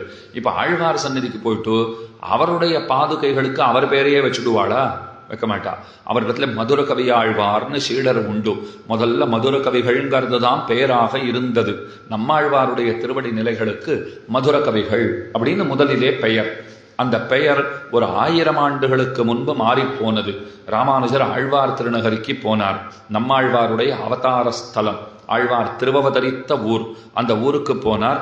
புளிய மரத்தினுடைய பொந்தின் கீழே ஆழ்வாருடைய ஆச்சரியமான சந்நிதி. அங்க இருக்கிற குறுகையருக்கோன் ஆழ்வார், மண் குருகூர் மன்னன் ஆழ்வாரை சேவித்தார் எம்பெருமானார். சேவிச்சுட்டு அவரிடத்துல சொல்றார், உம்மிடத்திலே நமக்கு ஒரு வரம் வேண்டும்னு கேட்டார். ஆழ்வார் சொன்னார், என்ன வரம் கேட்டாலும் தருகின்ற மூடிலே இருக்கின்றேன், நீர் கேளும் தருகிறேன். இவர் சொன்னார், தேவரீருடைய திருவடி நிலைகளுக்கு அடியனுடைய பெயரே ஆகக் கடவது, இதுதான் ஆசை. வரவா இங்க வரவா தீர்த்தத்தை பெற்றுக்கொண்டு ராமானுசன் பிரசாதித்தருள வேணும்னு கேட்க வேண்டும். தேவரீருடைய திருவடிகளாயிருப்பதே எனக்கு பேரு அப்படின்னு உடையவர் விண்ணப்பித்தார். ஆகட்டும், அப்படியே ஆகட்டும்னு சொல்லிட்டார். அதனால தான் மாறன் அடிபணிந்துய்ந்த இராமானுஷன் என்று எம்பெருமானார் கொண்டாடப்படுகிறார். பராங்குஷ பாத பக்தர் என்று மணவாள மாமுனிகள் யதிராஜ விம்சதியிலே ராமானுஜரை போற்றுகிறார். ஸ்ரீ மாதவாங்கிரி ஜலஜத்வய நித்திய சேவா பிரேமாவிலாசய பராங்குஷ பாத பக்தம் காமாதிதோஷஹரம் ஆத்மபதாஸ்ரிதானாம் ராமானுஜம் யதிபதிம் பிரணமாமி மூர்தனான்னு ரொம்ப ஆச்சரியமான ஸ்லோகம். அப்ப மாறன் அடிபணிந்துய்ந்த இராமானுஷன் பராங்குஷ பாத பக்தம். அப்ப ஆழ்வார் சன்னதிக்கு போனா என்ன கேட்கணும்? தீர்த்தம் கொடுங்கோ, ராமானுஷன் பிரசாதித்தருள வேண்டியது அப்படின்னு கேட்க வேண்டும். மற்ற திவ்யதேசங்கள்னா ஆழ்வார் சன்னதியில மதுர கவின்னு சொன்ன தப்பு இல்லை. ஆனா பொதுவா ராமானுஷங்கிறத எல்லா இடங்களிலும் அது நிலை பெற்று விட்டது. அதுவரை நம்மாழ்வாருக்கு மட்டுமன்று, எந்த ஆழ்வார்கள் சந்நிதிக்கு நீங்கள் போனாலும் சரி ராமானுஷன்னு சொல்வதே வழக்கம். இன்னைக்கும் திருவாலி திருநகரியிலே திருமங்கை ஆழ்வாரை சேவிக்க புகுந்தோம்னால் அவருடைய திருமேனியிலேயே திருவடிகளுக்கு கீழே சிறிய வடிவத்திலே ராமானுஷர் இன்றைக்கும் காட்சி தருகிறார். திருப்பாணாழ்வார் சந்நிதிக்கு போனோன்னா சேவை சாதிக்கிறார் உறையூரிலே. இப்படி ராமானுஜர் தான் ஆழ்வார்களுக்கெல்லாம் திருவடி நிலைகளாக இருப்பவர். அப்ப ஆழ்வார்கள் சந்நிதிக்கு போனா ராமானுஜன்னு கேட்க வேண்டும். அடுத்து ராமானுஜர் சந்நிதிக்கே போனேன். அப்பதான் ஒருத்தர் கேட்டார், இங்கதான் சுவாமி எனக்கு சந்தேகம் வருகிறது, இங்க ஷடாரின்னு சொல்லணுமா இல்ல ராமானுஜன் சொல்லணுமான்னா? ரெண்டுமே சொல்லக்கூடாது. இங்கே முதலியாண்டான்னு சொல்ல வேண்டும். தீர்த்தம் ஆச்சுன்னா முதலியாண்டான் பிரசாதித்தருள வேணும் என்று பிரார்த்திக்க வேண்டும். அதே கூட திருமலைக்கு நாம போறோம்னு வச்சுக்கோங்க, உண்டிக்கு நேரெதிரே ராமானுஜருடைய சந்நிதி. நீங்க திருமலையப்பனை சேவிச்சுட்டு அப்படியே சுற்றி வந்தீர்களாகில் விமான சேவையை முடித்து கொண்டு விமான வெங்கடேஸ்வரன் அவரை வணங்கிட்டு சற்று முன்னே வந்தீர்கள்னா அந்த உண்டியலை தேடிண்டு போவோம் பாருங்கோ, காணிக்கை செலுத்துவதற்கு பெரிய கூட்டம் நிற்கும். என்ன வாழ்வு திருவேங்கடமுடையானுக்குன்னு பாருங்க. காணிக்கை செலுத்துறதுக்கு எங்கேயாவது அத்தனை பெரிய கூட்டம் நிற்குமா? மற்ற இடங்கள்லாம் வாங்கிக்கிறதுக்கு நிற்கிற கூட்டத்தை தான் பார்த்துருக்கோம். கொடுக்கறதுக்கே கூட்டமாக நிற்பதுங்கிறது அது அந்த பெருமானுடைய வைபவம். அப்ப அந்த உண்டியை சேவிச்சோன்னா அதற்கு நேர் எதிரிலே ராமானுஜர் அவரே நிர்வாகராக வீத்திருக்கிறார். அந்த உண்டியலை பார்த்தாற் போலவே அவர் எழுந்தருளி இருப்பார். அவர் கட்டுப்பாட்டின் கீழ்தான் அனைத்தும் இயங்குகிறதுங்கிறதுக்கு இது ஒரு அத்தாட்சி. அந்த உடையவர் சந்நிதியிலே அங்கே பாஷ்யக்காரலு சந்நிதி அப்படின்னு எழுதியிருப்பார்கள். பாஷ்யக்காரல சந்நிதி அங்க போய் அவரை வணங்கினோம். சந்நிதி திறந்திருந்தது, தீர்த்தம் கொடுத்துட்டா வாய்ந்தாச்சு. அடுத்து அங்க என்ன கேட்கணும்னா முதலியாண்டான்னு அங்கே சொல்வது வழக்கம் அன்று. திருமலை அனந்தாழ்வான்னு சொல்ல வேண்டும். ஏன்னா ராமானுஜருடைய கணக்கில்லாத சீடர்களுக்குள்ளே ஒருவர் திருமலை அனந்தாழ்வான்கிற பெரியவர். அவர் ராமானுஜருடைய கட்டளையின் பிரகாரம் திருமலைக்கு எழுந்தருளி பல கைங்கரியங்களை செய்தார். அங்கு நாம் தரிசிக்கிற ராமானுஜருடைய விக்கிரகத்தை வடிவமைத்தவரே திருமலை அனந்தாழ்வான் தான். அதனால அந்த க்ஷேத்திரத்துல அவருக்கு அப்படி ஒரு மகத்துவம் தரப்பட்டிருக்கிறது. அதனால அந்த ஊருக்கு போனா திருமலை அனந்தாழ்வான்னு சொல்லணும். மற்ற எங்க சென்றாலும் சரி, இந்த கொரட்டூர்லயே ராமர் சந்நிதியிலே எம்பெருமானார் எழுந்தருளி இருக்கிறார். அவருக்கு திருவடி நிலைகள் இருக்கா இல்லையான்னு எனக்கு தெரியாது. இருக்கிறதுன்றார். இருக்குமாகில் இருக்கிறது. அப்ப என்ன சொல்லி கேட்க வேண்டும்? முதலியாண்டான் அப்படின்னு தான் கேட்க வேண்டும். பாதுகே யதிராஜஸ்ய கதையந்தி யதாக்கியா. திரும்ப நினைப்பூட்டுகிறேன். முதல்ல மருமகனாருங்கிற பெருமை, திருதண்டமா இருக்காருங்கிற பெருமை, திருவடி நிலைகளா இருக்காருங்கிற பெருமை. அதனால தான் எம்பெருமானார் முதல்ல என்ன சொன்னார்? தாசரதிய விடமாட்டேன்னார். அப்ப தாசரதிக்கு இப்ப அடியேன் சொல்லியிருக்கிற இந்த பெருமைகள் எல்லாம் அந்த சுவாமிக்கு அந்த சமயத்திலே உண்டாகி இருக்கவில்லை. ஏன்னா ராமானுஜரை இப்பத்தான் சன்னியாசியாக ஆகி கொண்டிருக்கிறார். ஆனாலும் விடமாட்டேன்னார். சுத்தி இருக்கிறவாள்லாம் பார்த்தா சன்னியாசி ஆனப்புறம் இன்னும் யார் யாரை கூட சேர்த்துக்க போறாரோ தெரியல. ஏன்னா சன்னியாசி ஆகும் போதே இவரை விடமாட்டேன் அவரை விடமாட்டேன்னு இப்படி வெளிப்படையா பேசுறாரே. அப்படி கொஞ்சம் ஜாடமாடையா உறவுக்காரெல்லாம் வந்துட்டு போயிட்டு இருந்தான்னா அது ஒரு பெரிய பேசு பொருளாக ஆகாது. சொல்லிட்டே அவர் வரத்தான் வருவார், அவரை நான் விடமாட்டேன்னு சொன்னா இல்லை வம்படியா பேசுறாரு. சாஸ்திரம் எல்லாத்தையும் விடு விடுன்னு சொல்லியிருக்கு, உறவுக்கார ஆளுக்கிட்ட சேர்க்காதேன்னு சொல்லியிருக்கு. இவர் சொல்றச்சேவே சரி சாஸ்திரம் சொல்லியிருக்கு எல்லாத்தையும் ஃபாலோ பண்ணிவிடுறோமா, ஏதோ அப்பப்போ வந்துட்டு போயிட்டு இருக்கார். நாங்கள் ஒன்றும் அப்படிலாம் பழகலை, உறவு முறையை கொண்டு இங்கே பழக்கம் கிடையாது, ஒரு பக்தரை போல அவர் வந்துட்டு போயிட்டு இருக்கார் அப்படின்னு சொல்லிடுவா. அது பரவாயில்ல, ஒரு பக்தருங்கிற நினைவோடு அவர் வந்துட்டு போறாருன்னா அதை யாரும் இப்போ குத்தம் சொல்ல போறது கிடையாது. அந்த ஆசிரத்தையை விடமாட்டேன்னு சொன்னால் இது என்ன ஒரு தேவையில்லாத பிடிப்பு, இப்படி என்ன ஒரு பிடிவாதம், உறவுக்காரால விடமாட்டீரா அப்படின்னு பல கேள்விகள் எழுதொல்லியோ. ராமானுஜர் சொன்னார், எனக்கு மருமகன்கிறதுனால நான் விடமாட்டேன்னு எல்லாம் சொல்லலை, அவரை போல ஒரு ஆத்மகுண பூர்த்தி உடையவர் கிடைப்பது அரிது. எத்தனை நல்லவர், எத்தனை சிறந்த பண்புகளுக்கு அவர் உறைவிடமாக இருக்கிறார். அவரை விடுவதுங்கிறது ஆகாது, விடவும் கூடாது, அதனால் அவரை வைத்துக் கொள்ளுவேன் அப்படின்னு சொன்னார். அந்த தாசரதி முதலியாண்டான் பெருமை உலகத்தவர்களுக்கு எப்போது தெரிந்ததுனால், கர்நாடக தேசத்துல ராமானுஜர் ஏதோ ஒரு ஊருக்கு எழுந்தருளினார், கூட சீடர்களும் போனார்கள். சாதாரணமா எந்த ஊருக்கு ராமானுஜர் எழுந்தருளினாலும் ஊர் எல்லையிலேயே அந்த ஊரைச் சேர்ந்த அன்பர்கள் பெருந்திரளாக கூடி வந்து அவரை நன்கு வரவேற்று உபசரித்து அவரிடத்திலேயே மண்டி கிடந்து அவர் சொல்லுகிற அர்த்த விசேஷங்களை எல்லாம் கேட்டு அவர் திருக்கரங்களாலே பஞ்சசம்ஸ்காரத்தை பெற்று உயர்ந்த வைணவ தர்மத்தை அவர்களும் பிடித்து கொண்டு அதனுடைய நெறிமுறைகளுக்கு உட்பட்டு வாழ்வதை பல பேர் வழக்கமாக கொண்டிருந்தனர். பல ஊர்கள்ல அப்படித்தான் நடந்துட்டு இருக்கு. எங்க போனாலும் ராமானுஜர் பின்னே பெருங்கூட்டம். ஆனா இப்போ ஒரு ஊருக்கு வந்திருக்கார், ஊருக்கு வந்து எங்க தங்கணுமோ அங்கேயும் வந்துட்டார். வழியில கூட பார்த்து ஒருத்தரும் வாருங்கோள்னு கூப்பிடவில்லை, வரவேற்கவில்லை, வந்து அடிபணியவில்லை, என்ன வேணும்னு கேட்கல. சிஷ்யர்கள்லாம் பேசிட்டு இருந்தா, இந்த ஊருக்கு தெரியாதனமா வந்து மாட்டின்னுட்டோம் போல் இருக்கு, இது ஒன்றும் ஊராவே தெரியல, இங்க இருக்கிறவர்களுக்கெல்லாம் ஆஸ்திக்கியமே இல்லை, அப்படின்னால் ஆத்திகர்களாக இங்க இருக்கிறவர்கள் எல்லாம் இல்லை. அப்படி இருக்கிறபடியினாலே இங்கிருந்து நாம கிளம்பி விடுவதுதான் உச்சிதம் அப்படின்னு சீடர்கள் எல்லாம் பேசிக் கொண்டிருந்தார்கள். அவர்களுக்கிடையில் அந்த பேச்சு நடந்துருக்கு. நாம இங்கிருந்து கிளம்பி விட வேண்டியது. ராமானுஜர் பார்த்தார், அப்படிலாம் அவசரப்படக்கூடாது. இங்கு இருக்கிறவர்களுடைய வாழ்க்கையையும் மேம்படுத்துவதற்காக அவர்களுடைய ஆன்மீக முன்னேற்றத்திற்காகவும் தான் நாம் வந்திருக்கிறோம். நாம் ஏதேனும் செய்தாக வேண்டும். என்ன செய்யலாம்? தாசரதி இங்கே வாரும் அப்படின்னு அழைத்தார். முதலியாண்டான் அடியேன்னு சொல்லிட்டு வந்தார். இந்த ஊரிலே இருக்கிற நீர்நிலை, எந்த நீர்நிலையிலிருந்து தண்ணீரை எடுத்துக்கொண்டு இந்த ஊர் மக்கள் தங்கள் அன்றாட தேவைகளை நிறைவேற்றி கொள்ளுகின்றார்களோ, சமைப்பதற்கு முதலானவற்றிற்கு எந்த தீர்த்தத்தை எடுத்துக்கொண்டு அவர்கள் வாழ்க்கையை நடத்துகின்றார்களோ, அந்த நீர்நிலைக்கு போய் உம்முடைய பாதங்களை நன்கு கழுவிக்கொண்டு வர வேண்டியது, உம்முடைய திருவடிகளை கழுவிக்கொண்டு வர வேண்டியது அப்படின்னு சொல்லிட்டார். சரி ஆகட்டும்னுட்டு அவரும் போனார். நேரே போனார், நீர்நிலைகளிலே தம்முடைய திருவடிகளை நன்கு கழுவினார். திரும்ப ராமானுஜரிடத்திலே வந்து விட்டார். அடுத்த நாள் ஊரடங்க ராமானுஜரிடத்திலே வந்து அமர்ந்திருந்தார்கள். எல்லாரும் வந்தாச்சு. ஊர்ல யாருமே மிச்சமில்லைங்கிற அளவுக்கு அத்தனை பேரும் வந்து சேர்ந்தார்கள். சிஷ்யாள்லாம் பேசிண்டார். நேற்று வரைக்கும் ஒருத்தன் கூட தலை காட்டல, இன்னைக்கு ஊர்லயே ஒருத்தனும் மிச்சமில்லை, எல்லாரும் வந்தாச்சு. ஒரு நாள்ல இத்தனை பெரிய அதிசயம் எப்படி நடந்தது? என்ன எம்பெருமானார் ராமானுஜர் திருமுக மண்டலத்தையே பார்த்து கொண்டிருந்தார்கள். அவர் யாருடைய திருமுக மண்டலத்தை பார்த்துட்டு இருந்தார் தெரியுமா? முதலியாண்டான் திருமுக மண்டலத்தை பார்த்துட்டு இருந்தார். அப்ப சொல்றார், இவராலத்தான் இது நடந்ததுன்னார். இவராலையா? இவர் என்ன செய்தார்? வீடு வீடா போய் கையை கூப்பி அத்தனை பேரையும் கூப்பிட்டாரான்னா அதெல்லாம் பண்ணல. எந்த தீர்த்தத்தை பருகி இந்த மக்கள் தங்கள் வாழ்க்கையை நடத்துகின்றார்களோ அந்த தீர்த்தத்தை ஸ்ரீபாத தீர்த்தமாக ஆக்கின பெருமை இவருக்குத்தான் உண்டு. ஒரு மெய் அடியவனுடைய ஸ்ரீபாத தீர்த்தத்தை நாம உட்கொண்டோம்னு சொன்னால் நம்முடைய தீவினைகள் எல்லாம் நம்மை விட்டு மாய்ந்து போகும், ஆத்மகுணங்கள் வளரும். ஸ்ரீ வைஷ்ணவ சம்பிரதாயத்திலே ஸ்ரீபாத தீர்த்தத்திற்கு தன்னிகரில்லாத ஏற்றம் உண்டு. தத் பாதாம்பு அதுலம் தீர்த்தம் ததுச்சிஷ்டம் சுபாவனம். ஸ்ராத்தம் முதலானவைகள்லாம் பண்றோமே, அது பிராமணார்த்தக்காரர்னு வருகிறார்னு சொன்னால் முக்கியமான உத்தேசியம் என்ன, ஸ்ராத்தத்தினுடைய நோக்கம் என்னன்னு கேள்வி வந்தது. ஒருத்தர் ஒரு காரணத்தை சொன்னா, பித்ரு தேவதைகளை எல்லாம் திருப்திப்படுத்துவதற்காக. யாரை உத்தேசித்து ஸ்ராத்தம் பண்ணுகிறோமோ, அது அப்பாவா இருக்கலாம், பாட்டியா இருக்கலாம், தாயாரா இருக்கலாம், யாரா இருந்தாலும் சரி, யாரை உத்தேசித்து பண்ணுகிறோமோ அந்த ஆத்மாக்கள் திருப்தி உருவதற்காக. இப்படி சில பேர் பதில் சொல்லலாம். ஆனா இன்னைக்கு பொதுவாக நாம் என்ன தெரியுமா சொல்லிடுவோம்? பண்ணி தொலைக்க வேண்டியிருக்கு, பண்ணிட்டு இருக்கோம்னு விடுவோம். ஏன்னா அத்தனை கஷ்டமான ஒரு காரியமாக இருக்கிறது. ஒரு சிராத்தம் பண்ணணும்னா இன்னைக்கு தளிகை பண்றவர் அவர் சொன்ன நேரத்திற்கு சரியாக ஏமாற்றாமல் வர வேண்டும்.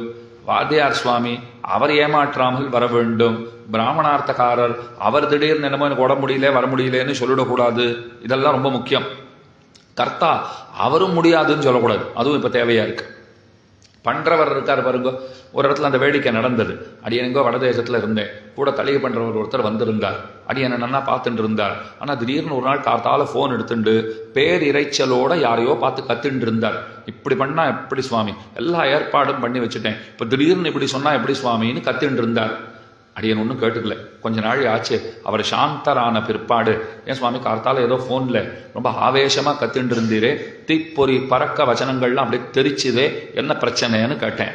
அவர் சொன்னார், அதையும் சுவாமி கேட்கிறீர், யாரோ ஒருத்தர் அவருடைய தாயார் போய்விட்டாள், மாசிகம் எல்லாம் மாசம் பண்ணணும் பாருங்கோ, இவர்கிட்ட தான் மொத்தமா கான்ட்ராக்டா அவர் கொடுத்துருக்கார். 1 வருஷம் நீர் பார்த்து கொள்ள வேண்டியது, வாத்தியார் சுவாமியை நீரே ஏற்பாடு பண்ணணும், தளிகை உண்மை சார்ந்த பொறுப்பு, பிராமணார்த்தக்காரரையும் சொல்லிடும், என்னென்னைக்கு மாசிகம்னு வரிசையா சொல்லிட்டா நான் நேரம் வந்துடுறேன், நீர் கேட்கிற பணத்தை கொடுத்துட்டு அதை பண்ணிட்டு நான் பாட்டுக்க பக்ஷணங்களை எடுத்துட்டு கிளம்பிடுறேன். இப்படின்னு அவர்களுக்குள்ள ஒரு ஒப்பந்தம் போடப்பட்டிருக்கிறது. இந்த சுவாமி பாவம் நாள் பார்த்து எல்லாம் ஏற்பாடு பண்ணிட்டார். முதல் தடவையும் கடைசி தடவையுமாக இப்படி ஒரு அதிசயத்தை அடியன் என் வாழ்க்கையிலே கண்டேன். அதை உங்களோட பகிர்ந்து கொள்ளுகிறேன். சாதாரணமா தவசம் பண்றவா தான் வாசலை பார்த்துட்டே இருப்பா, இன்னும் தளிகை பண்ற சுவாமி வரவே இல்லை, இன்னும் பிராமணார்த்தக்காரர் வரல, நாழி ஆயின்னு இருக்கு, வாத்தியார் சுவாமி இன்னும் காணும், மீதி பேர்லாம் வந்தாச்சு, அவர் வந்தாத்தான் ஆரம்பிக்கிறது, இப்படித்தான் பார்த்திருப்போம். ஆனா முதல் தடவை கார்த்தால அந்த தளிகை பண்றவர் ஏன் தெரியுமா கத்துட்டு இருந்தார்? அவர் கர்த்தாக்கு போன் பண்ணியிருக்கார். அதாவது யாருடைய தாயார் பரமபதித்திருக்கிறாளோ அந்த அன்பருக்கு போன் பண்ணி, இன்னைக்கு உங்க வீட்டு தவசம், உங்க வீட்டு மாசிக்கம், தளிகை பண்றவர் வந்து தளிகையெல்லாம் பண்ணியாச்சு, வாத்தியார் சுவாமி வந்து உமக்காக காத்து கொண்டிருக்கிறார், நீர் தான் வரணும், ஏன் இன்னமும் வரவில்லை? அவர் என்ன தெரியுமா சொல்லிட்டார், இன்னைக்கு எங்க அம்மா மாசிக்கம்னுட்டு இன்னைக்கு தான் நீ சொல்லுவியான்னு சண்டை பிடிச்சுட்டு இருக்கார். அதை இவர் ஞாபகம் வச்சுக்கணுமா அவர் ஞாபகம் வச்சுக்கணுமா? நியாயமா அவர் தான் ஞாபகம் வச்சுக்கணும். அவர் என்ன சொல்றார், இதை முதல்லயே 1 வாரம் முன்னாடி சொல்லக்கூடாதா? இப்ப திடீர்னு எல்லாம் சொன்னா என்னால வர முடியாதுங்கிறார். அவர் சொல்றார், அங்க தளிகை அழுத்து, வாத்தியார் வேற வந்து உட்காந்துட்டு இருக்கார், சுவாமி 2 பேரும் உம்ம வரவை எதிர்பார்த்துட்டு காத்துட்டு இருக்கா, நான் வேற இங்க வடக்க வந்திருக்கேன், நான் எப்படி இப்ப என்ன பண்ண முடியும் சொல்லு, நான் என்னதான் பண்ணட்டும், பண்ணி வச்சதெல்லாம் என்ன பண்ணட்டும்னா அது உம்ம பாடுங்கிறார் அவர். நான் இந்த மாசம் வரதா இல்லை, இப்ப வர முடியாது, என்ன உங்களுக்கு இவ்வளவு ஆணவம், இன்னைக்கு எங்க அம்மா மாசிக்கம்னு இன்னைக்கு தான் எங்களுக்கு சொல்லுவீங்களா? இவர் கொஞ்சம் ஓன்னு கத்த ஆரம்பிச்சுட்டார். அதெல்லாம் காத்தாலேயே கேட்டு இருந்தேன். சரி இவர் வாயால் ஒரு தடவை கேட்கணும்னுட்டு அப்புறம் கேட்டேன். அப்போ அவர் என்ன சொன்ன, சுவாமி அது உங்க அம்மா சுவாமி, அதனை எங்க அம்மா வாங்குறார் இவர், உங்க அம்மாவுக்கு நீர் தானே சுவாமி ஞாபகம் வச்சுக்கணும்னா, அதெல்லாம் கிடையாது, உங்ககிட்ட தானே முழு பொறுப்பையும் கொடுத்துருக்கேன். அப்ப எதுக்கு இந்த கதை சொன்னேன்னா, இப்ப கர்த்தா கூட கிடைக்கணுங்கிற ஒரு நிலைமை ஏற்பட்டு போச்சு. வாத்தியார் சுவாமி கிடைக்கணும், தளிகை பண்றவர் கிடைக்கணும், பிராமணார்த்தக்காரர் கிடைக்கணும், கர்த்தாவே கிடைக்கணும். அவன் ஸ்ரத்தையா பண்ணணும் இல்லையோ, ஸ்ரத்தையா பண்ணினாத்தான் அது ஸ்ராத்தம். அதனால தான் ஸ்ராத்தம் அப்படின்னு அதற்கு பெயர் வைத்திருக்கிறார்கள். அப்ப இத்தனை எதை உத்தேசித்து பண்ணுகிறோம்னால், ஏதோ 2-3 அந்தணர்களை பிராமணர்களை நாம் பூஜிப்பதற்கு ஒரு நல்வாய்ப்பு, அது கூட உத்தேசியம் அன்று. இப்ப வரிசையா எத்தனை சொல்லியிருக்கேன் பாருங்க. பித்ரு தேவதைகள் திருப்தி அடைவதற்காக, தாய் தந்தையர் திருப்தி அடைவதற்காக, சாஸ்திரங்களிலே சொல்லப்பட்டிருக்கிறதுங்கிறதுக்காக பண்ணுகிறேன், இல்ல அந்தணர்களை பூசிப்பதற்கு ஒரு நல்வாய்ப்பு, அதற்காக பண்ணுகிறேன், இது எதுவுமே காரியம் கிடையாது, காரணம் கிடையாது. முக்கியமான காரணம் என்னன்னா, கடைசியில ஸ்ரீபாத தீர்த்தம் சேர்த்து கொள்வதுங்கிறது உண்டு. அதுக்கு தனியா ஒரு சம்பாவனை பண்ண வேண்டும். ஒரு 10 ரூபா கொடுப்பா, சம்பாவனை பண்ணணும்னா சொத்தையே எழுதி வைக்க போறாளா? சொத்தையே எழுதி வைத்தாலும் குறைவுதான், அதுல ஒன்றும் சந்தேகம் கிடையாது. இருந்தாலும் ஒரு பேருக்கு ஒரு 50 100 அப்படி கையில கொடுக்கறது உண்டு. அந்த ஸ்ரீபாத தீர்த்தத்தை அவரிடத்துல நாம பிரார்த்திக்கணும். எந்த வைதிக காரியம் நடந்தாலும் அதிலே ஸ்ரீபாத தீர்த்தம் உண்டு. அதனால தான் தென்னாச்சாரிய சம்பிரதாயத்தில், ஸ்ரீ வைஷ்ணவ சம்பிரதாயத்திலே தென்கலை பிரிவில் ஏகாதசி அன்றைய தினம் ஸ்ராத்தம் வருகிறது. ஸ்ராத்த திதி ஏகாதசி அன்றைய தினம் வந்தால் அன்னைக்கு ஸ்ராத்தம் பண்ண மாட்டா, அடுத்த நாள் தான் பண்ணுவா. ஏன்னா ஸ்ரீபாத தீர்த்தம் சேர்த்து கொள்வதுங்கிறது ஏகாதசி அன்றைய தினம் அது தடை. அப்படிங்கிறதுனாலே அந்த ஸ்ரீபாத தீர்த்தத்தினுடைய மகிமை உணர்ந்து அந்த ஸ்ராத்த திதியே அடுத்த நாள் தான் பண்ணுவா. கூடவே இன்னொரு காரணமும் இருக்கு, ஏகாதசி அன்னைக்கு சாப்பிடக்கூடாதுன்னு இருக்கிறதுனால அப்படின்னு வைத்துக் கொண்டார்கள். சில பல காரணங்கள் உண்டு. அப்ப அந்த ஸ்ரீபாத தீர்த்தத்துக்கு அத்தனை மகத்துவம், மகிமை. பாதங்களை கழுவி அந்த பாத தீர்த்தத்தை பருகிடுகை, ஜன்ம ஜன்மங்களாக சேர்த்து வைத்திருக்கிற பாதகங்களுக்கெல்லாம் அது தடையாகும். அந்த பாதகங்களை எல்லாம் போக்கிக் கொடுக்கும்னு நம்முடைய ஒரு ஆழமான நம்பிக்கை. ஆழ்வார்களிலே தொண்டரடிப்பொடி ஆழ்வார்னு ஒருத்தருக்கு பேர் இருக்கு பாருங்க. அவர் தம்மை தூய்மைப்படுத்திக் கொள்ள தொண்டர்களுடைய பாத தூளியை எடுத்தார். அவர்களுடைய பாதத்து மண் இருக்கு பாருங்க, அதை எடுத்து தம்முடைய சிரசிலே சூடிக்கொண்டார், தடவி கொண்டார். அதனால தான் தொண்டர் அடிப்பொடி ஆழ்வார்ங்கிற திருநாமத்தையே அவர் பெற்றார். இந்த ஸ்ரீபாத தீர்த்தம் அதை சேர்த்து கொள்ளும் போது பெருமாளுடைய சந்நிதியை மூடிடுவா. இப்போ வீட்டில் பூஜை அறை இருக்கு, வாசல்ல அந்த சுவாமி இருக்கார், கூடத்தில் இருக்கார், அவர்கிட்ட ஸ்ரீபாத தீர்த்தம் சேர்த்துக்க போகிறோம். அவர் பாதங்களை கழுவி அந்த தீர்த்தத்தை கொள்ள போகிறோம். அப்போ முதல்ல என்ன பண்ணுவான்னா, இந்த பெருமாள் சந்நிதி கதவை கொஞ்சம் சாத்திடுன்னுவா. பூஜை அறை கதவுகள் சாத்தப்படும். இல்லைன்னா ஒரு வாழை இலையாவது எடுத்துன்னு வந்து அந்த பெட்டியில் இருக்கிற பெருமாள் பேரில் அப்படியே போத்தினா போல வச்சிருவா.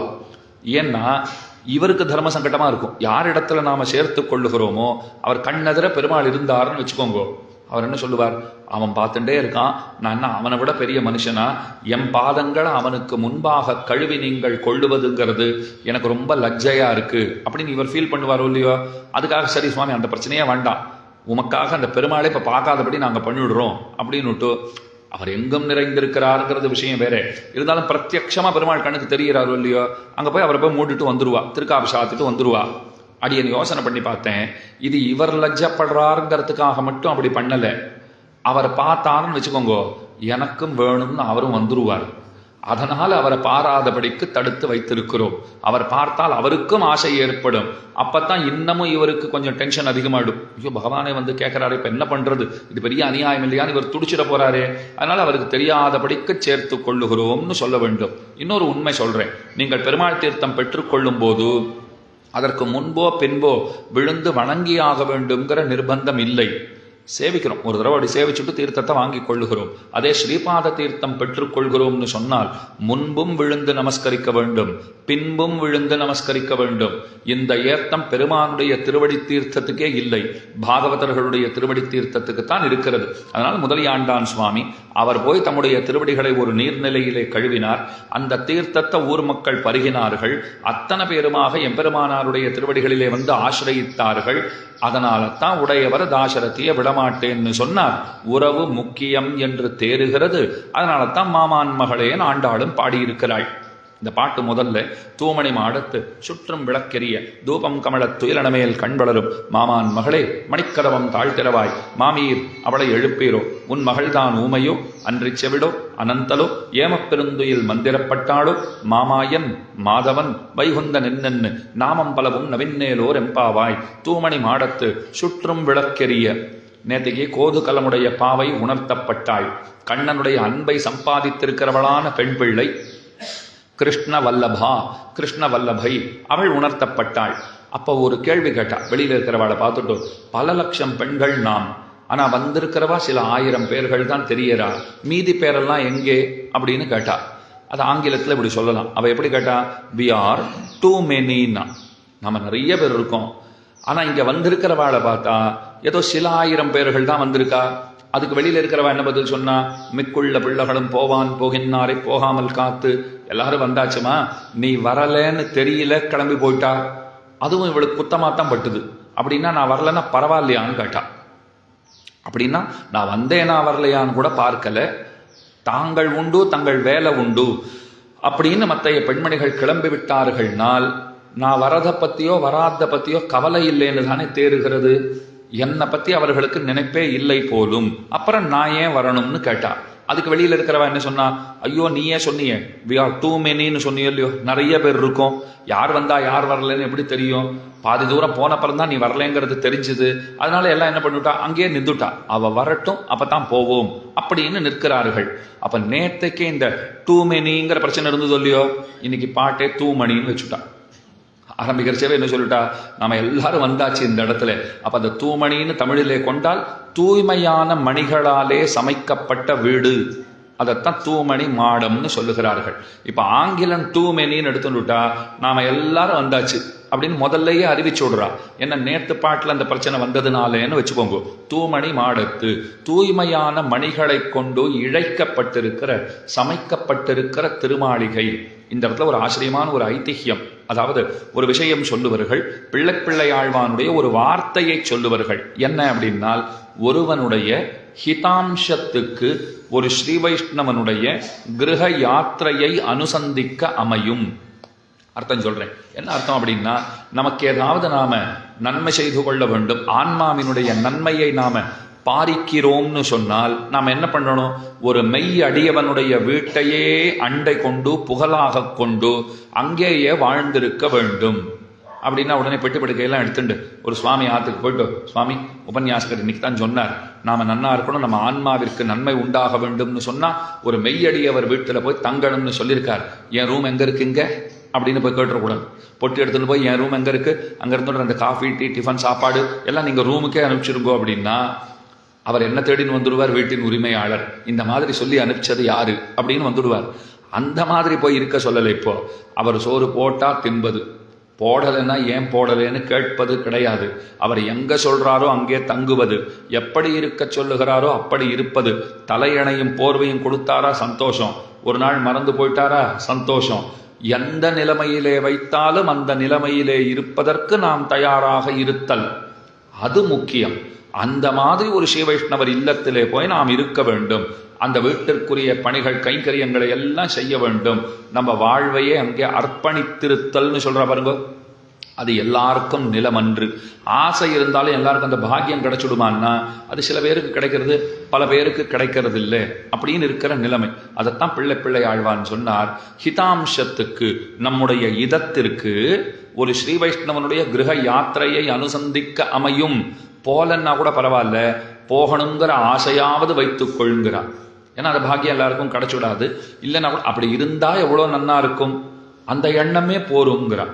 அந்த மாதிரி இருந்தா நாம போய் இருந்துடலாமே அப்படின்னு நாம நினைச்சுட்டோம்னால் உடனே 10 பேர் இப்ப நம்ம வீட்டுக்கு வந்துட்டா, இப்ப எனக்கும் அதே சட்டம் தானே, ஸ்ரீ வைஷ்ணவருடைய இல்லத்துல போய் தான் இருக்கணும், அதுதான் ஆன்மாவிற்கு நன்மை அப்படின்னு நான் சொன்னேன். உடனே நீங்கள்லாம் நம்பாத்துக்கு வந்துட்டீங்கோ, நான் கையப்ப செஞ்சுன்னு நிற்பேன். இந்த 1.25 மணி நேரம் பேச வச்சு இந்த ஒரு விஷயத்த கொஞ்சம் ஜாக்கிரதையா பேசி இருந்திருக்க கூடாதா, ரொம்ப அழுத்தம் திருத்தமா சொல்லிட்டேன் போல் இருக்கு, இப்படி மொத்த பேர் வந்துட்டா அப்பதான் எனக்கு சட்டன ஒரு ஐடியா உதிக்கும். என்னன்னா, எனக்கும் அந்த சட்டம் தானே, நம்முடைய நன்மைக்கு ஒரு மெய்யடியவன் வீட்டிலே போய் நாம் இருக்க வேண்டியது. அப்ப உங்களெல்லாம் விட்டுட்டு உங்க எல்லாருடையும் சாவிகளை வாங்கி கொண்டு நான் இங்க வந்துடுவேன். நீங்கள்லாம் அங்க இருந்துருக்கோங்க. ஒரு வீடு உங்க எல்லாருக்கும் கொடுத்தாச்சு, உங்களுடைய பல வீடு இப்ப என்னோடதான் போயிடும் இல்லையோ. அதனால வேடிக்கைக்கு சொன்னது, உண்மையில ஸ்ரீ வைஷ்ணவர்களை மெய்யடியவர்களை அண்ட கொண்டுதான் நாம் வாழ வேண்டும். அதுதான் நமக்கு நன்மை. நம்ம கோயிலுக்கு போறோம், போலே பக்தி பண்றோம், பண்ணல, அதெல்லாம் வேற விஷயம். அடியவர்களுடைய அரவணைப்பிலே இருப்பது, அவர்கள் கண்காணிப்பிலே இருப்பது, அது ரொம்ப முக்கியம். அவர்கள் பார்வைப்படுறா போல இருந்துட்டோம்னு சொன்னால் அதுக்கு மேலே எம்பெருமானுடைய அனுகிரகத்தை பெறுவதற்கென்று நாம் செய்யலாவது ஒன்றும் கிடையாது. அதைத்தான் தூமணி மாடம். அந்த வீட்டை ஏன் கொண்டாடுறான்னா, ஒரு அடியவனுடைய இருப்பாலே சிறப்பு பெற்றிருக்கிற இல்லம். இப்போ பக்தர்கள்லாம் பகவானை நாடி ஓடுறான்னா, பகவான் ஆச்சாரியனை நாடி ஓடி வருகிறார். ஆச்சாரியன் எங்க இருக்காரோ அங்க ஓடி வந்துடுறார் பெருமாள். அப்போ ஒரு தூய்மையான பாகவதர் இருக்கிற இடம் அது பகவானுடைய வசிப்பிடமாக ஆகிறது. தூமணி மாடத்து சுற்றும் விளக்கெரிய உள்ள பாக்குறா, அப்படியே பிரகாசமா இருக்கு. நல்லா விளக்கெல்லாம் போட்டு வச்சிருக்கா. ஒரு விளக்கு கண்ணுல படல, வெளிச்சம் மட்டும் நன்னா தெரிகிறது. இது எவ்வளோ நல்லா இருக்கு பாருங்க. நம்ம வீட்டிலலாம் நம்ம போட்டு வச்சுருந்தோம்னா இருக்கிறது தெரியும், ஆனால் வெளிச்சமே போறல, கொஞ்சம் அந்த லைட்டையும் போடு, கொஞ்சம் இந்த லைட்டையும் போடுங்கிறோம். அங்கே லைட்டே எங்கே இருக்குன்னு தெரியல, ஆனால் லைட்டாக இருக்கு, எங்கே பார்த்தாலும் வெளிச்சமாக இருக்கு. பல்பு கண்ணில் பட மாட்டேங்கிறது, வெளிச்சம் ரொம்ப நன்னா தெரியறது. சுற்றும் விளக்கெரிய.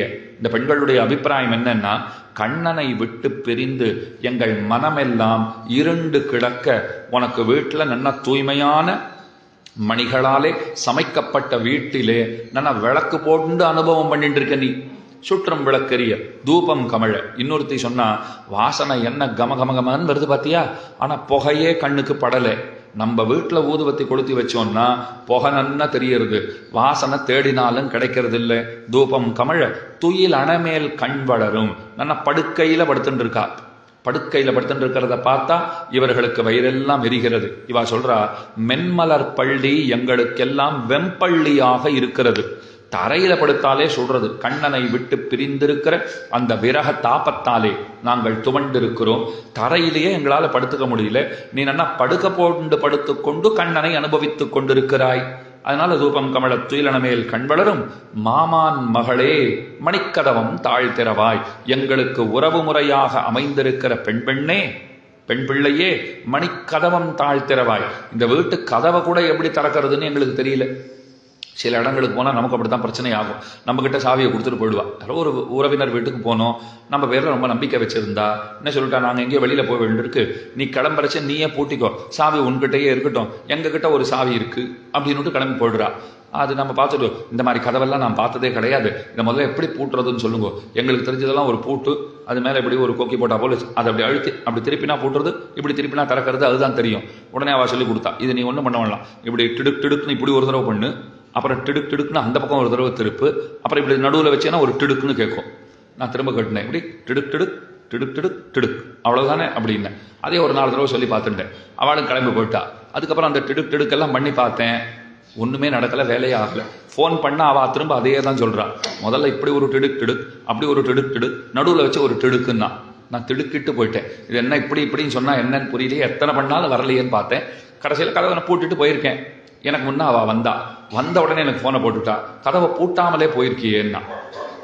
இல்லையே, நான் சாத்திட்டு பூட்டிட்டு தானே போனேன் அப்படின்னா. ஐயோ நீ பூட்டவே இல்லை கதவை அப்படின்னா. இல்லை நீங்கள் சொன்னா போல இந்த டிடுக் பண்ணேன், அப்புறம் டிடுக் அதை பண்ணேன். அவள் என்ன தெரியுமா சொன்னா, பித்தனையே நீ என்ன பண்ணிருக்க தெரியுமா, இந்த இடப்பக்கமாக பண்ண வேண்டிய டிடுக்க நீ வலப்பக்கமாக டிடுக் பண்ணிட்டு அதுக்கப்புறம் இடப்பக்கம் டிடுக் பண்ணிட்டு நடுவில் விட்டா அது கதவு திறக்கத்தான் செய்யும். ஓஹோ இந்த பக்கம் பண்ணணுமா அந்த திடுக்க அப்படின்னுட்டு இத்தனை குழப்பம் ஏற்பட்டு போகிறது. அவ்வளவு ஏன் புஷு புல்லுன்னு எழுதி வச்சிருந்தாலே எவ்வளோ குழப்பம் வருது. எல்லாருக்கும் தெரிஞ்சிருக்கிற வார்த்தை தான், புஷுனா தள்ளு, புல்லுனா இழு. ஆனால் ஒரு நிமிஷம் அந்த கதவு முன்னாடி போய் நின்றுட்டோன்னா புல்லுன்னு எழுதியிருக்கு, அதை தள்ளிடாது, இழு அப்படின்னு மனசுக்குள்ளேருந்து ஒரு குரல் கேட்கும். ஏன்னா நன்னா இத்தனை பெருசாக புல்லுன்னு எழுதி வச்சு அதை அப்படியே நம்ம தள்ளுன்னு தள்ளினோம்னா பக்கத்தில் இருக்கிறவா என்ன சுவாமி இவ்வளோ பெருசாக எழுதி போட்டிருக்கா. அதனால் நான் சொன்னேன், இதை இழு தள்ளுன்னு எழுதிருந்தா ரொம்ப சௌகரியமாக போயிடும் இல்லையோ, சுலபமாக பார்த்துட்டு நம்ம வேலையை முடிச்சுன்னு போயிட்டே இருக்கலாம். அது என்ன புஷு புல்லு. அப்போ இந்த மாதிரி கதவுகளே நமக்கு தெரியறது இல்லைன்னா தூய்மையான மணிமாடம், நன்கு நேர்த்தியாக கட்டப்பட்டிருக்கிற வீடு, அங்கே இருக்கிற மணிக்கதவம். சில பேர் வீடுகளுக்கு போனீர்களானால் ரொம்ப பிரம்மாண்டமாக கட்டியிருப்பா, நமக்குன்னு ஒரு அறை கொடுப்பா. அப்போவே சொல்லுவா, உங்களுக்கு கை கால் அலம்பிக்கிறதுக்கெல்லாம் சௌகரியம் இங்கேயே இருக்குது, அட்டாச்சு பாத்ரூமோடு இருக்குது, நீங்கள் வெளியில் வர வேண்டியதே இல்லை. நாமளும் சரி பார்த்துக்குறோம் அப்படின்னு விடுவோம். அப்புறம் சுற்றி பார்த்தா எங்கே இருக்குன்னே தெரியாது. நம்ம இந்த பக்கம் பார்த்தா அது பீரோ கதவு மாதிரியே இருக்கும், அங்கே போய் பார்த்தாலும் பீரோ வாட்டமே இருக்கும். சரி இதுதான் பாத்ரூம் போட்டுக்குன்னு ஒன்று திறந்தா அது பீரோவா, உள்ளுக்குள்ளே எல்லாம் துணிமணி எல்லாம் நிறையா வச்சிருப்பா. இப்போ இதில் உள்ளுக்குள்ளேயே தானே இருக்குன்னவர், உள்ளுக்குள்ளேனா வீட்டுக்குள்ளேயேன்னு அர்த்தம் போல் இருக்கு, நம்ம அறைக்குள்ளேயேன்னு நினச்சிட்டுட்டோமா அப்படின்ட்டு எதை திறந்து பார்த்தாலும் அது டிராயர் திறக்கும், கதவு திறக்கும், பீரோவாக இருக்கும். அப்புறம் தான் கீழேருந்து வருவார். அவர் என்ன சுவாமி எதை தேடின்னு இருக்கீர் அப்படின்வார். ஐயோ வேற எதையும் தேடலை சுவாமி, பாத்ரூம் தான் எங்கேன்னு பார்த்துட்டு இருக்கேன், உள்ளேயே இருக்கு நீரே, உள்ளேனா கொஞ்சம் வெளியில் இருக்கா, இங்கேயே இருக்கு சுவாமி அப்படின்ட்டு அவர் அதே மாதிரி பீரோ மாதிரி இருக்கிற ஒரு கதவை திறப்பார் பாருங்க. இது ஒன்றுத்தை தவிர மீது எல்லாம் திறந்தேன்னு நம்ம இதைத்தான் சுவாமி திறந்து பார்க்கல. ஏன்னா மற்றதெல்லாம் பாத்ரூம் கதவாட்டம் இருந்தது, இதுதான் பீரோ கதவாட்டம் இருந்தது.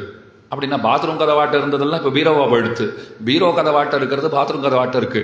அதுக்கு என்ன இவ்வளோ பாதுகாப்பு? பாத்ரூம் கதவுக்கு பீரோ கதவினுடைய அமைப்பில் தான் அமைக்கணுமா இப்போ அப்படின்னா சுவாமி அதுதான் இப்போ ஃபேஷன். அப்படித்தான் நமக்கு இன்டீரியர் டிசைன் பண்ணி கொடுக்குறவா இப்படி இருந்தால் தான் நன்னா இருக்கும். அப்போ போனவர் என்ன சொல்லுவார், வேடிக்கை இன்னும் கொஞ்ச நாடியாக இருந்தால் ரொம்ப நல்லா இருந்திருக்கும்வர். ஏன்னா அவளுக்கு போய் அது மனித சரீரம்னு கொண்டு அவரவர்களுக்கு இருக்கிற அசௌகரியம் இருக்கத்தானே செய்கிறது. இன்டீரியர் டிசைனர் சொல்லிட்டா ரொம்ப நல்லா இருக்கும்னுட்டு, நல்ல வேளை நீர் வந்தீர், இல்லைன்னா அவர் சொன்னதை விட ரொம்ப நல்லா இருந்திருக்கும். அவருக்கு புரியல. அப்புறம் தான் சொன்னேன், வரச்சேவே கொஞ்சம் இதெல்லாம் யார் யாருக்கு எங்கெங்கே இருக்குன்னு கொஞ்சம் சொல்லிட்டா ரொம்ப சௌகரியமாக இருக்கும். நம்மளை போல இருந்தால் பரவாயில்ல, ரொம்ப வயசானவாளாக இருந்தால் எத்தனை சிரமப்படுவா. அதைத்தான் மணிக்கதவன் தாழ்த்திரவாய், நாங்கள் திறக்க மாட்டோம், எங்களுக்கு திறக்கவும் தெரியாது, நீ திறக்க உள்ளே புகுந்தால் தான் எங்களுக்கு பெருமை. அது ரொம்ப முக்கியம். ஏன்னா உள்ள இருக்கிறவ அப்படித்தானே இருக்கா. நான் எதுக்கு பகவானை தேடி போக வேண்டும், அவர் வரணும், அனுகிரகம் பண்ணணும். இவன் என்ன சொல்றா, நாங்க எதுக்கு கதவை திறக்கணும், நீ திறக்கணும், நாங்க உள்ள வரணும். மணிக்கதவம் தாழ் திறவாய் மாமீர் அவளை எழுப்பீரோ. மாமானா மாமி இருக்கணும் இல்லையோ, மாமி பக்கத்திலேயே உட்காந்துட்டு பெண்ணரசியினுடைய அழக ரசிச்சுட்டே இருக்கா போல் இருக்கு. படுத்துட்டு இருக்கிற பெண்ணை பார்த்துட்டே இருக்கா. அவ தான் வாயை திறக்க மாட்டேங்கிறா, கதவை திறக்க மாட்டேங்கிறா. நீ இப்படி இருக்கலாமோ மாமீர், நாங்கள் பேசுறதெல்லாம் காதில் விழறதா இல்லையா? தூமணி மாடத்து சுத்தம் விளக்கரிய தூமங்கமளத்து இளநமேல் கண்வளரும் மாமான் மகளே மணிக்கதவம் தாழ்த்திரவாய் அப்படின்னு கத்தின்னு இருக்கோமே, காதில் விழறதா இல்லையா? மாமி அப்படியே திரும்பி பார்த்துட்டு அப்படியே தலையை அசைச்சா. ஓ எல்லாம் காதில் விழுறதுன்னு தலையாட்டுறா போல் இருக்கு. அவளை எழுப்பீரோ. நீர் தான் எழுப்பக்கூடாதா? நாங்கள் தான் இங்கே கரடியாக கத்தின்னு இருக்கோமே, எழுப்போம். மாமியர் அவளை எழுப்பீரோ. மாமியும் மறுவார்த்தை பேசலை. உன்மகள் தான் ஊமையோ. ரொம்ப கோபம் வந்துருத்து. அவளும் பேச மாட்டேங்கிறா, இவளும் பேச மாட்டேங்கிறா. எங்களெல்லாம் பார்த்தா எப்படி தெரிகிறது உன் மகள் என்ன ஊமையாகி போனாளோ, அன்றி செவிடோ. இல்லைன்னா காது போயிடுத்து போல் இருக்கு. நன்னாத்தான் இருந்தா நேற்று வரைக்கும், ஒரே நாளில் இப்படி காது இப்படி போகுமோ. அன்றி செவிடோ அனந்தலோ. ரொம்ப பெரிய களைப்பின் காரணமாக படுத்து உறங்குகிறாள் போலும். இதோ பெருசா அதாவது வெட்டி முறிச்சுட்டாளா, படுத்துட்டு இருக்கா. அன்னி செவிடோ அனந்தலோ. ஏமப்பெருந்துயில் மந்திரப்பட்டாளோ. ஏமப்பட்டாளோ மந்திரப்பட்டாளோ பெருந்துயில் கொண்டாளோ. ஏமப்பட்டாளோன்னா என்ன அர்த்தம்னால் காவலிடப்பட்டாளோ. யாரோ காவல்ல வச்சு அவளை எழுந்துக்காத பாத்துக்கோங்கன்னு சொல்லிட்டு போயிருக்காளா. யாருடைய கட்டுப்பாட்டிலேனும் அவள் இருக்கிறாளா அப்படின்னு அர்த்தம். பெருந்துயில் ரொம்ப பெரிய தூக்கத்திற்கு ஆட்பட்டாளோ. மந்திரப்பட்டாளோ இல்ல மந்திரம் போட்டு படுக்க வச்சுட்டா போல் இருக்கு. அதனால கிடக்கிறாள். எழுந்துக்கவே கூடாதுன்னு யாராவது மந்திரம் போட்டிருக்காளா அப்படின்னு எல்லாம் கடகடகடன் பேசிக்கிட்டே போனா உடனே மாமி பார்த்தா, ஐயோ அவ பதில் சொல்லலை, நான் பதில் சொல்லலைன்னு உடனே என் பெண்ணை என்னென்னவா ஆக்கிட்டா. இப்போ முதல்ல என்ன சொன்னா, ஊமையாயிட்டாளான்னு கேட்டா, செவிடாயிட்டாளான்னு கேட்டா, காவலிட்டு வைத்திருக்கிறார்களா, பெருந்துயிலா, மந்திரப்பட்டாளா, எத்தனை பேசிட்டீங்கோ. அவளை எழுப்புவது ரொம்ப சுலபம் அப்படின்னா மாமி. எத்தனை சுலபம் அதை சொல்லு, எங்களுக்கு சுலபம் தெரியலையே, எத்தனை கட்டப்பட்டு இருக்கோம், எழுந்துக்க மாட்டேங்கிறாள் என்னால். இப்ப சொல்றேன் கேட்டுக்கோங்க. மாமாயன் மாதவன் வைகுந்தன் என்னென்னு நாமம் பலவும் நவின்னு. மாமாயன் மாதவன் வைகுந்தன் எம்பெருமானுடைய திருநாமங்களை தொடர்ச்சியாக சொல்லிக் கொண்டிருங்கோள். சஹஸ்ரநாமத்தை எத்தனை முடியுமோ அத்தனை சொல்லுங்கோள். அவன் திருநாமங்களை நீங்கள் தொடர்ச்சியாக சொல்லிக் கொண்டிருந்தால் அந்த திருநாமங்கள் செவியில் பட்டவாறே அவள் எழுந்திருந்து வந்து விடுவாள். மாமாயன்னு சொல்லுங்கோ. மாமாயன் ஆசிரித்தர்களிடத்திலே சுலபனாக இருப்பவன். ஆசிரித்த சௌலபியம், சம்ஸ்கிருதத்திலே சௌசீல்யம் சௌலபியம் அப்படின்னு 2 வார்த்தைகள் சொல்லுவார்கள். சௌசீல்யம்னு சொன்னால் எளியவனாயிருக்கிற நிலைமை, சௌலபியம் சுலபனாயிருக்கிற நிலைமை. சௌசீல்யம் சௌலபியம் 2 வார்த்தை. அப்போ மாமாயன் அத்தனை பெரியவராக இருந்தாலும், எத்தனை பெரியவர் பின்னாடியே சொல்லியிருக்கா, வைகுந்தன் இருக்கா. வைகுண்டத்தில் இருக்கிறவர்னா பெருமானுடைய பெருமேன்மை தோற்றுகிறது. நமக்கு காரியம் செய்கிறவர், அதாவது நமக்கு உதவி புரிகிறவர் எப்படி இருக்க வேண்டும்? உதவி புரிவதற்கு சக்தி உடையவராக இருக்க வேண்டும். முதல் விஷயம். அணுகுவதற்கு எளியவராக இருக்க வேண்டும். 2வது விஷயம், உங்களுக்கு புரியுறா போல சொல்றேன். எனக்கு ஏதோ ஒரு பணத்தேவை ஏற்பட்டது. பணத்தேவை எத்தனை? பக்கத்தில் ஒரு நண்பர் கேட்டார், என்ன உனக்கு என்னாச்சு, என்னமோ டல்லா இருக்கே, என்னன்னார். இல்லை ஒரு 50,000 ரூபாய் வேணும், யாரை கேட்கறதுன்னு தெரியல அப்படின்னு. அவ்வளவுதானே. நம்ம ஊர்ல இருக்காரு அந்த பிரமுகர், போய் கேட்டா கொடுத்துருவார், போலாமா, பார்க்கறது தான் கஷ்டம் அப்படின்னார். அப்புறம் என்ன, போனா கொடுத்துருவார், ஆனா போனா பார்க்கவே முடியாது, போகவே முடியாதுன்னா பிரயோஜனம் இல்லை அப்படின்னு நினைச்சுட்டே வாசல்ல வந்தேன். பக்கத்து வீட்டுக்காரர் வந்தார் வாசல்ல. எப்பயும் அவர் வாசல்லையே தான் நின்றுட்டு இருப்பார். நானும் வாசல்லையே நின்றுட்டு இருப்பேன், அவரும் நின்றுட்டு இருப்பாருன்னு வச்சுக்கோங்க. வாசல்ல வந்தேன், என்னை பார்த்துட்டு சௌக்கியமா, காஃபிலாம் ஆச்சா, டிஃபன்லாம் ஆச்சா அப்படின்னா, ஆச்சு சுவாமி, எல்லாம் முடிஞ்சு கொடுத்து எல்லாம் ஆச்சு அப்படின்ட்டு உள்ள போனேன். திரும்பி மத்தியானத்துக்கு மேல வந்தேன், பார்த்தார், சாப்பாடு ஆச்சா அப்படின்னா, ஆச்சு சுவாமின்னு. அப்பதான் நினைச்சுட்டேன், எவ்வளோ எளியவராக இருக்கார். எத்தனை தடவை வாசலில் வந்தாலும் பாவம் சிரிச்சு சௌக்கியமானு கேட்குறார், காஃபி சாப்பிட்டீங்களான்னு கேட்குறார், டிஃபன் ஆச்சா, சாப்பாடாச்சா, தூங்கினீங்களா, கொசுக்கடி இல்லையே, எல்லாம் கேட்குறார். ரொம்ப எளியவர். போனால் பார்த்துடலாம். நான் படி தாண்டினேன்னா அவர் படியிலேயே நிற்பார், பார்த்துடலாம். பிரச்சனை என்னன்னா, எனக்கு வேண்டிய 50,000 கொடுக்குற சக்தி அவர்கிட்ட கிடையாது. இந்த விசாரிப்போடு நின்றுடுவார். அவர் சக்தியே அவ்வளவுதான். அவர்கிட்ட இல்லவும் இல்லை. அவரால் முடிஞ்சது காப்பி ஆச்சா, டிஃபன் ஆச்சா, சாப்பாடாச்சா. ரொம்ப எளியவர். வாசல்ல போனா பார்த்துடலாம். ஊர்ல ஒரு பிரமுகர் இருக்காருன்னு சொன்னேன், 50,000 இல்லை 50 லட்சம் கொடுக்க முடியும். பிரச்சனை என்னன்னா பார்க்கவே முடியாது. அப்பதான் யோசனை பண்ணி பார்த்தேன், இவரை சுலபமா பார்த்துடலாம், ஆனா ஒன்றும் பேராது தேராது. அவர்கிட்ட போனா தேரும் பேரும், பார்க்கவே முடியாது. அப்ப அந்த மாதிரி இருந்தாலும் நமக்கு பிரயோஜனம் இல்லை, இந்த மாதிரி இருந்தாலும் பிரயோஜனம் இல்லை. பகவான் தான் சுலபனாகவும் இருக்கிறான், நம்ம காரியம் ஆற்றுவதற்குரிய திரள் படைத்தவனாகவும் இருக்கிறான். சுவாமியாவும் இருக்கார் அவர், சுலபராகவும் இருக்கார் அவர். அதை நினைவிலே கொள்ள வேண்டும். அதனால மாமாயன் அப்படின்னு சொன்னால் பெருமான் சுலபனாக இருக்கிறான்ங்கிறது நமக்கு அறிவுறுத்தப்படுகிறது. எளியவனாக இருக்கிறான், 10 அடியவர் கெளியவன், பிறர்களுக்கரிய வித்தகன். மலர்மகள் விரும்பும் நமரும் பெறலடிகள் மற்றொரு கடவெண்ணகளவினில் உறவிடையா புண்டு உரலிடையா புண்டு எத்திரம் உரலினோடு இணைந்திருந்து ஏங்கிய வெளிவேன்னு நம்மாழ்வார் பாடுகிறார். ரொம்ப ஆச்சரியமா தெரிவிக்கிறார். கண்ணினும் சிறுத்தாம்பினால் கட்டுண்ண பண்ணிய பெருமாயன்னு பாசுரம். கண்ணன் என்ன பண்ணுவாரான், அம்மா கையில் நம்ம அகப்பட்டோம்னால் இந்த கயிறெல்லாம் கொண்டு வந்து நம்மளை கட்டிடுவான்னு முதல்லையே தெரிந்து கொண்டு அந்த கயிற்றை எல்லாம் முதல்ல கத்திரிச்சு விட்டு தான் இவர் சேட்டை பண்ணவே போவார். முதல்ல தான் எவ்வளோ தயாராக இருக்காருன்னு பாருங்க. எல்லா கயிற்றையும் எடுத்து அதை கட்ட முடியாத அளவுக்கு துண்டு துண்டாக சிறிது சிறிதாக நறுக்கி வைத்து விட்டு அதுக்கப்புறம்தான் ஆட்டம் போடுறதுக்கே போவார். ஒரு நாள் கண்ணனை பற்றி நிறைய புகார்கள் வந்துடுத்து. ஊரில் இருக்கிற எல்லாரும் வந்து புகார் சொல்லிட்டா கஷ்டப்பட்டு ஓடி போய் தாயார் பிடிச்சுண்டு இழுத்துண்டு வரா. தர தர தரன்னு அந்த காதை திருகிண்டே அப்படியே இழுத்துண்டு வரா கண்ணனை. இந்த கைகளை இப்படி அப்படியுமா கண்ணனை அசைத்து கொண்டே காதை விடு அம்மா ரொம்ப வலிக்கிறதுன்னு சொன்னா இன்னைக்கு இரு உனக்கு அப்படின்னு சொல்லி அம்மா தர தரன்னு இழுத்துண்டு போறா. அந்த தர தரன்னு இழுத்துண்டு போச்சே காலெல்லாம் சராய்ச்சி கூட போறது. அதை பற்றியெல்லாம் அவள் கவலையே படலை. நேரம் அழிச்சுட்டு போன உன்னை கட்டி போட்டு வைக்கிறேன் பார் அப்படின்னு கயிறை எல்லாம் தேடினால் ஒரு கயிறு கண்ணனை கட்டுறதுக்கு தோதா கிடைக்கவே இல்லை. எல்லாம் துண்டு துண்டா இருக்கு. கண்ணன் நமுட்டு சிரிப்பு சிரிக்கிறான். பார்த்தியா எல்லா கையிலும் நான் இதெல்லாம் நீ பண்ணுவேன்னு எனக்கு ஏற்கனவே தெரியும். நான் எத்தனை நன்னா குழந்தை கொழுக்கு முழுக்குன்னு இருக்கிற குழந்தை வேற அப்படியெல்லாம் பிடிச்சு எல்லாம் கையிலேயே ரொம்ப நாள் பிடிச்சுட்டு இருக்கவும் முடியாது. கொழுக்கு முழுக்குன்னு இருக்கிற குழந்தையை தான் பிடிச்சிக்க முடியாதுன்னு அர்த்தம் கிடையாது. வில்லா வளையிற குழந்தைகளா இருந்தாலும் நம்மளால பிடிச்சிக்க முடியாது.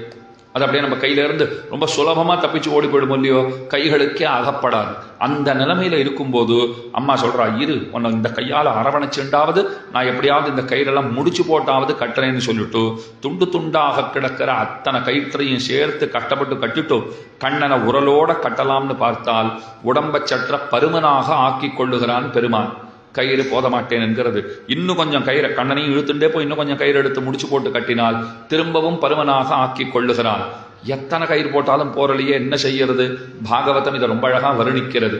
அப்ப தாயார் யசோதை எப்படி ஆகி போனாள் அப்படின்னால் அவளுடைய கூந்தல் எல்லாம் அவிழ்ந்து விட்டது. தலையில் சூடியிருந்த பூக்கள் எல்லாம் கீழே விழுந்து விட்டது. உடம்பெல்லாம் வயர்த்து போச்சு. ஆடை முறையாக அணியப்பட்டிருந்த ஆடை கூட அது நெகிழ்ந்து போயிற்று. அவள் அப்பப்போ புடவையெல்லாம் சரி பண்ணிக்க வேண்டியிருக்கு, கண்ணனையும் பிடிச்சிக்க வேண்டியிருக்கு, முடிச்சு போட வேண்டியிருக்கு. கூந்தல் அவிழ்ந்து கிடக்கு, பூக்கள் எல்லாம் கீழே விழுந்தாச்சு, வேர்த்து விதிர்த்து கிடக்கிறாள். ஐயோ முடியலையேன்னு நினைக்கிறா பாருங்க. அப்ப கண்ணன் நினைப்பறான், இதுக்கு மேல இவளை படுத்தக்கூடாது, ரொம்ப தப்பு பண்ணிட்டோம். நாம பிறந்ததே இவள் கையாலே கட்டுண்டிருப்பதற்காகத்தான். நம்ம பிறந்ததே அதுக்காகத்தானே. நம்மளையும் ஒரு அம்மா அதட்ட மாட்டாளா? நம்மளையும் கட்டி போட மாட்டாளா? இந்த குழந்தைகள்லாம் ஊர்ல அம்மானு கூப்பிடுறது அப்பான்னு கூப்பிடுறது எனக்கு இந்த பாக்கியம் கிடைக்காதா?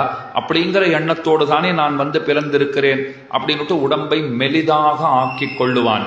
சுலபமா கட்டி போட்டுடுறா. நம்பிள்ளை ஈட்டில ரொம்ப அழகா சாதித்தார்.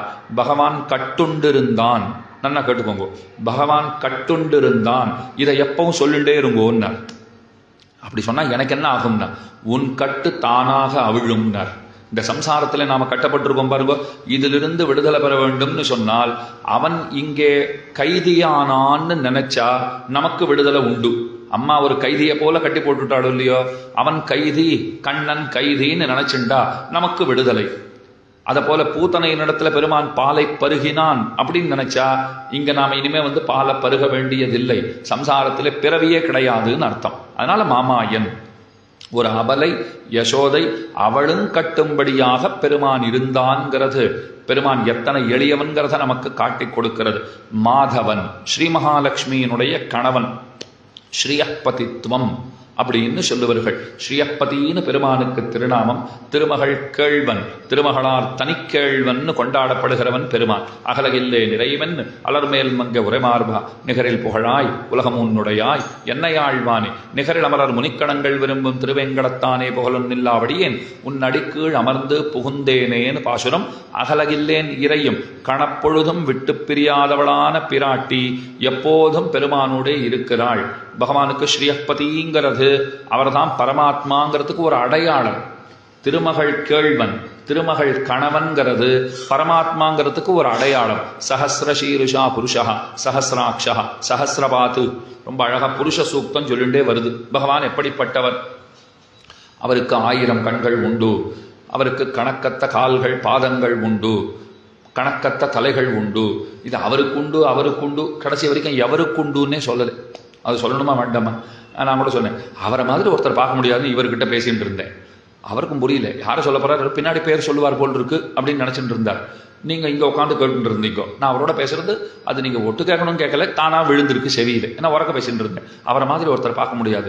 போன வாரம் போய் பார்த்தேன் சுவாமி, இந்த ₹1,00,000 எடுத்து கொடுத்துட்டார். அதுக்கு ஒரு 10 நாள் முன்ன இருக்கும் அவரை போய் பார்த்துட்டு வந்தேன். அப்பவும் அப்படிதான், ஏதாவது தேவை இருக்கான்னு, ஒன்றும் வேண்டான்னு இந்த பிடின்னு கையில் ஒரு 25,000 கொடுத்தார்.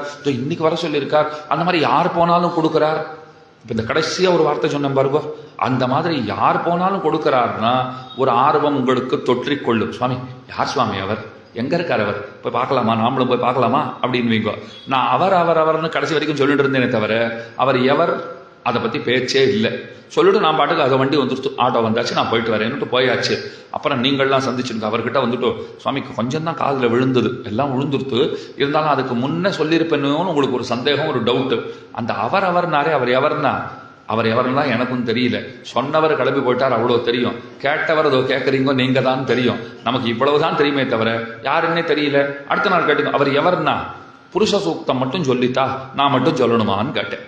ஏன் சுவாமி புருஷ சூக்தத்தில் சொல்லலையான்னா, அது கடைசியில் சொல்லியிருக்கு, நானும் கடைசியில் ஒரு நாள் சொல்கிறேன் அப்படின்னு சொல்லிட்டேன்னா, புருஷ சூக்தம் கடைசியில் எப்படி சொல்லித்து, ஹ்ரீஷ்சதே லக்ஷ்மிஷ்ச பத்னியௌ அஹோராத்திரே பார்ஷ்வே நக்ஷத்ராணி ரூபம் அப்படின்னு சொல்லிட்டு போகிறது. எவனுக்கு திருமகளாரும் மண்மகளாரும் மனைவிமார்களாக இருக்கிறாரோ அவன்தான் ஆயிரக்கணக்கான தலைகளோட கூடியவன், அவன்தான் ஆயிரக்கணக்கான தோள்களோட கூடியவன், அவன்தான் ஆயிரக்கணக்கான திருவடிகளோட கூடியவன். அப்ப அவருக்கு முக்கியமான அடையாளம் என்னன்னா, திருமகளார் தனிக்கேள்வன். எந்த வஸ்துவின் மீது தாயாருடைய பார்வை அடிக்கடி விழுகின்றதோ படுகின்றதோ அந்த வஸ்து தான் பரம்பொருள்னா. யார் பரம்பொருள் அப்படின்னா, இங்க பாருங்க இவ்வளவு பேர் இருக்காளா, தாயார் உட்கார்ந்துட்டு இருக்காளா, இவரை அடிக்கடி பார்க்கறவா யாருன்னு பாருங்கோ அப்படின்னா. இப்போ கணவன் மனைவி அப்படிதான் கல்யாணத்துக்கு போனான்னு வச்சுக்கோங்க, அவர் இந்த பக்கம் உட்காந்துருப்பார், அந்த அம்மா அந்த பக்கம் உட்காந்துட்டு இருப்பா. அப்பப்போ அந்த அம்மா பார்த்துட்டே இருப்பா. நான் கூட பார்த்து கேட்டேன், ஐயோ பெருமாள் தாயாருக்கு அப்புறம் நீங்க தான், பெருமாளை எப்பயும் தாயார் இப்படித்தான் பார்த்துட்டே இருப்பாளாம், அந்த மாதிரி நீங்களும் பார்த்துட்டே இருக்கீங்க, அவர் பேர்ல எவ்வளோ அன்பு இருக்கும். அந்த அம்மா சொன்னா அதெல்லாம் கிடையாது, ஒரே மறதி கேஸு, விட்டுட்டு போயிட போறதே, அப்பப்போ பார்த்துட்டே இருக்கணும். அது பாட்டுக்கு கிஃப்ட்டை கொடுத்துட்டு கிளம்பி கொடுத்துனா நான் எப்படி இங்கேருந்து போகிறது, அதுக்காக அங்கேருந்து பார்த்துட்டே இருக்க வேண்டியிருக்கு. அந்த மாதிரி அன்பெல்லாம் ஒன்றும் கிடையாது சுவாமி, நீர் நினைக்கிறா போலெல்லாம் ஒரு அன்பும் இல்லை அப்படின்ட்டு போயிட்டான். ஆனால் பெருமாள் தாயார் விஷயத்தில் அப்படி கிடையாது, ஒரு நீங்காத மாறாத அன்பு. தாயார் பார்த்துட்டே இருக்கா எப்போ பார்த்தாலும். ஏன் பார்த்துட்டே இருக்கேன்னு நான் பார்த்து கேட்டேன் தாயாரை. தாயார் சொல்லிட்டா, அப்பத்தான் இத்த பரமாத்மானே எல்லாரும் ஒப்புக்கொள்வார்கள்னுட்டா. நான் பார்க்கல, வேற எதையாவது பார்த்தேன்னா, நான் எந்த வஸ்துவை பார்க்குறேனோ அந்த வஸ்து பரமாத்மான்னு முடிவு கட்டி வச்சிருக்கா. அதுக்காக இவரை பார்த்துட்டே இருக்க வேண்டியிருக்கு. இங்க மனைவி சொன்ன பாருங்க, இல்லைன்னா கிளம்பி போடும் பார்த்துட்டே இருக்க வேண்டியிருக்கு, இல்லைன்னா இவருக்கு பரமாத்மாங்கிற அந்த பதவி இவரை விட்டு கிளம்பி போயிடும், அதுக்காக பார்த்துட்டு இருக்க வேண்டியிருக்கு. அப்போ மாதவன் பெருமானுக்கு பெரிய பெருமை எதுன்னா, திருமகளார் தனிக்கேள்வன் ஸ்ரீயப்பதித்வம், எளியவனாக இருக்கிறான், ஸ்ரீயப்பதியாக இருக்கிறான், அவன் தான் வைகுந்தன், மேன்மை மிக்கவனா இருக்கான். இப்ப இங்க அர்த்தம் எப்படி தெரியுமா கொள்ளணும், அவன் மேன்மை மிக்கவன், அவன் எளியவன். இந்த ரெண்டு சிறப்பும் அவனுக்கு எதனால ஏற்பட்டதுன்னா, மாதவனா இருக்கிறதுனால ஏற்பட்டது, தாயாரோட கூடியிருப்பதாலே ஏற்பட்டது. மாமாயன் மாதவன் வைகுந்தன் என்னன்னு நாமம் பலவும் நவின்னேலோர் எம்பாவாய். அந்த திருநாமங்களை எல்லாம் தொடர்ச்சியாக சொல்லிக் கொண்டிருப்பீர்களாகில் உள்ளே கிடக்கிறவளான என் பிள்ளை, என் பெண் பிள்ளை எழுந்து கொண்டு விடுவாள், அவளையும் அழைத்துக் கொண்டு நீங்கள் மேலே செல்லலாம் என்று மாமி உரைக்கின்றாள்.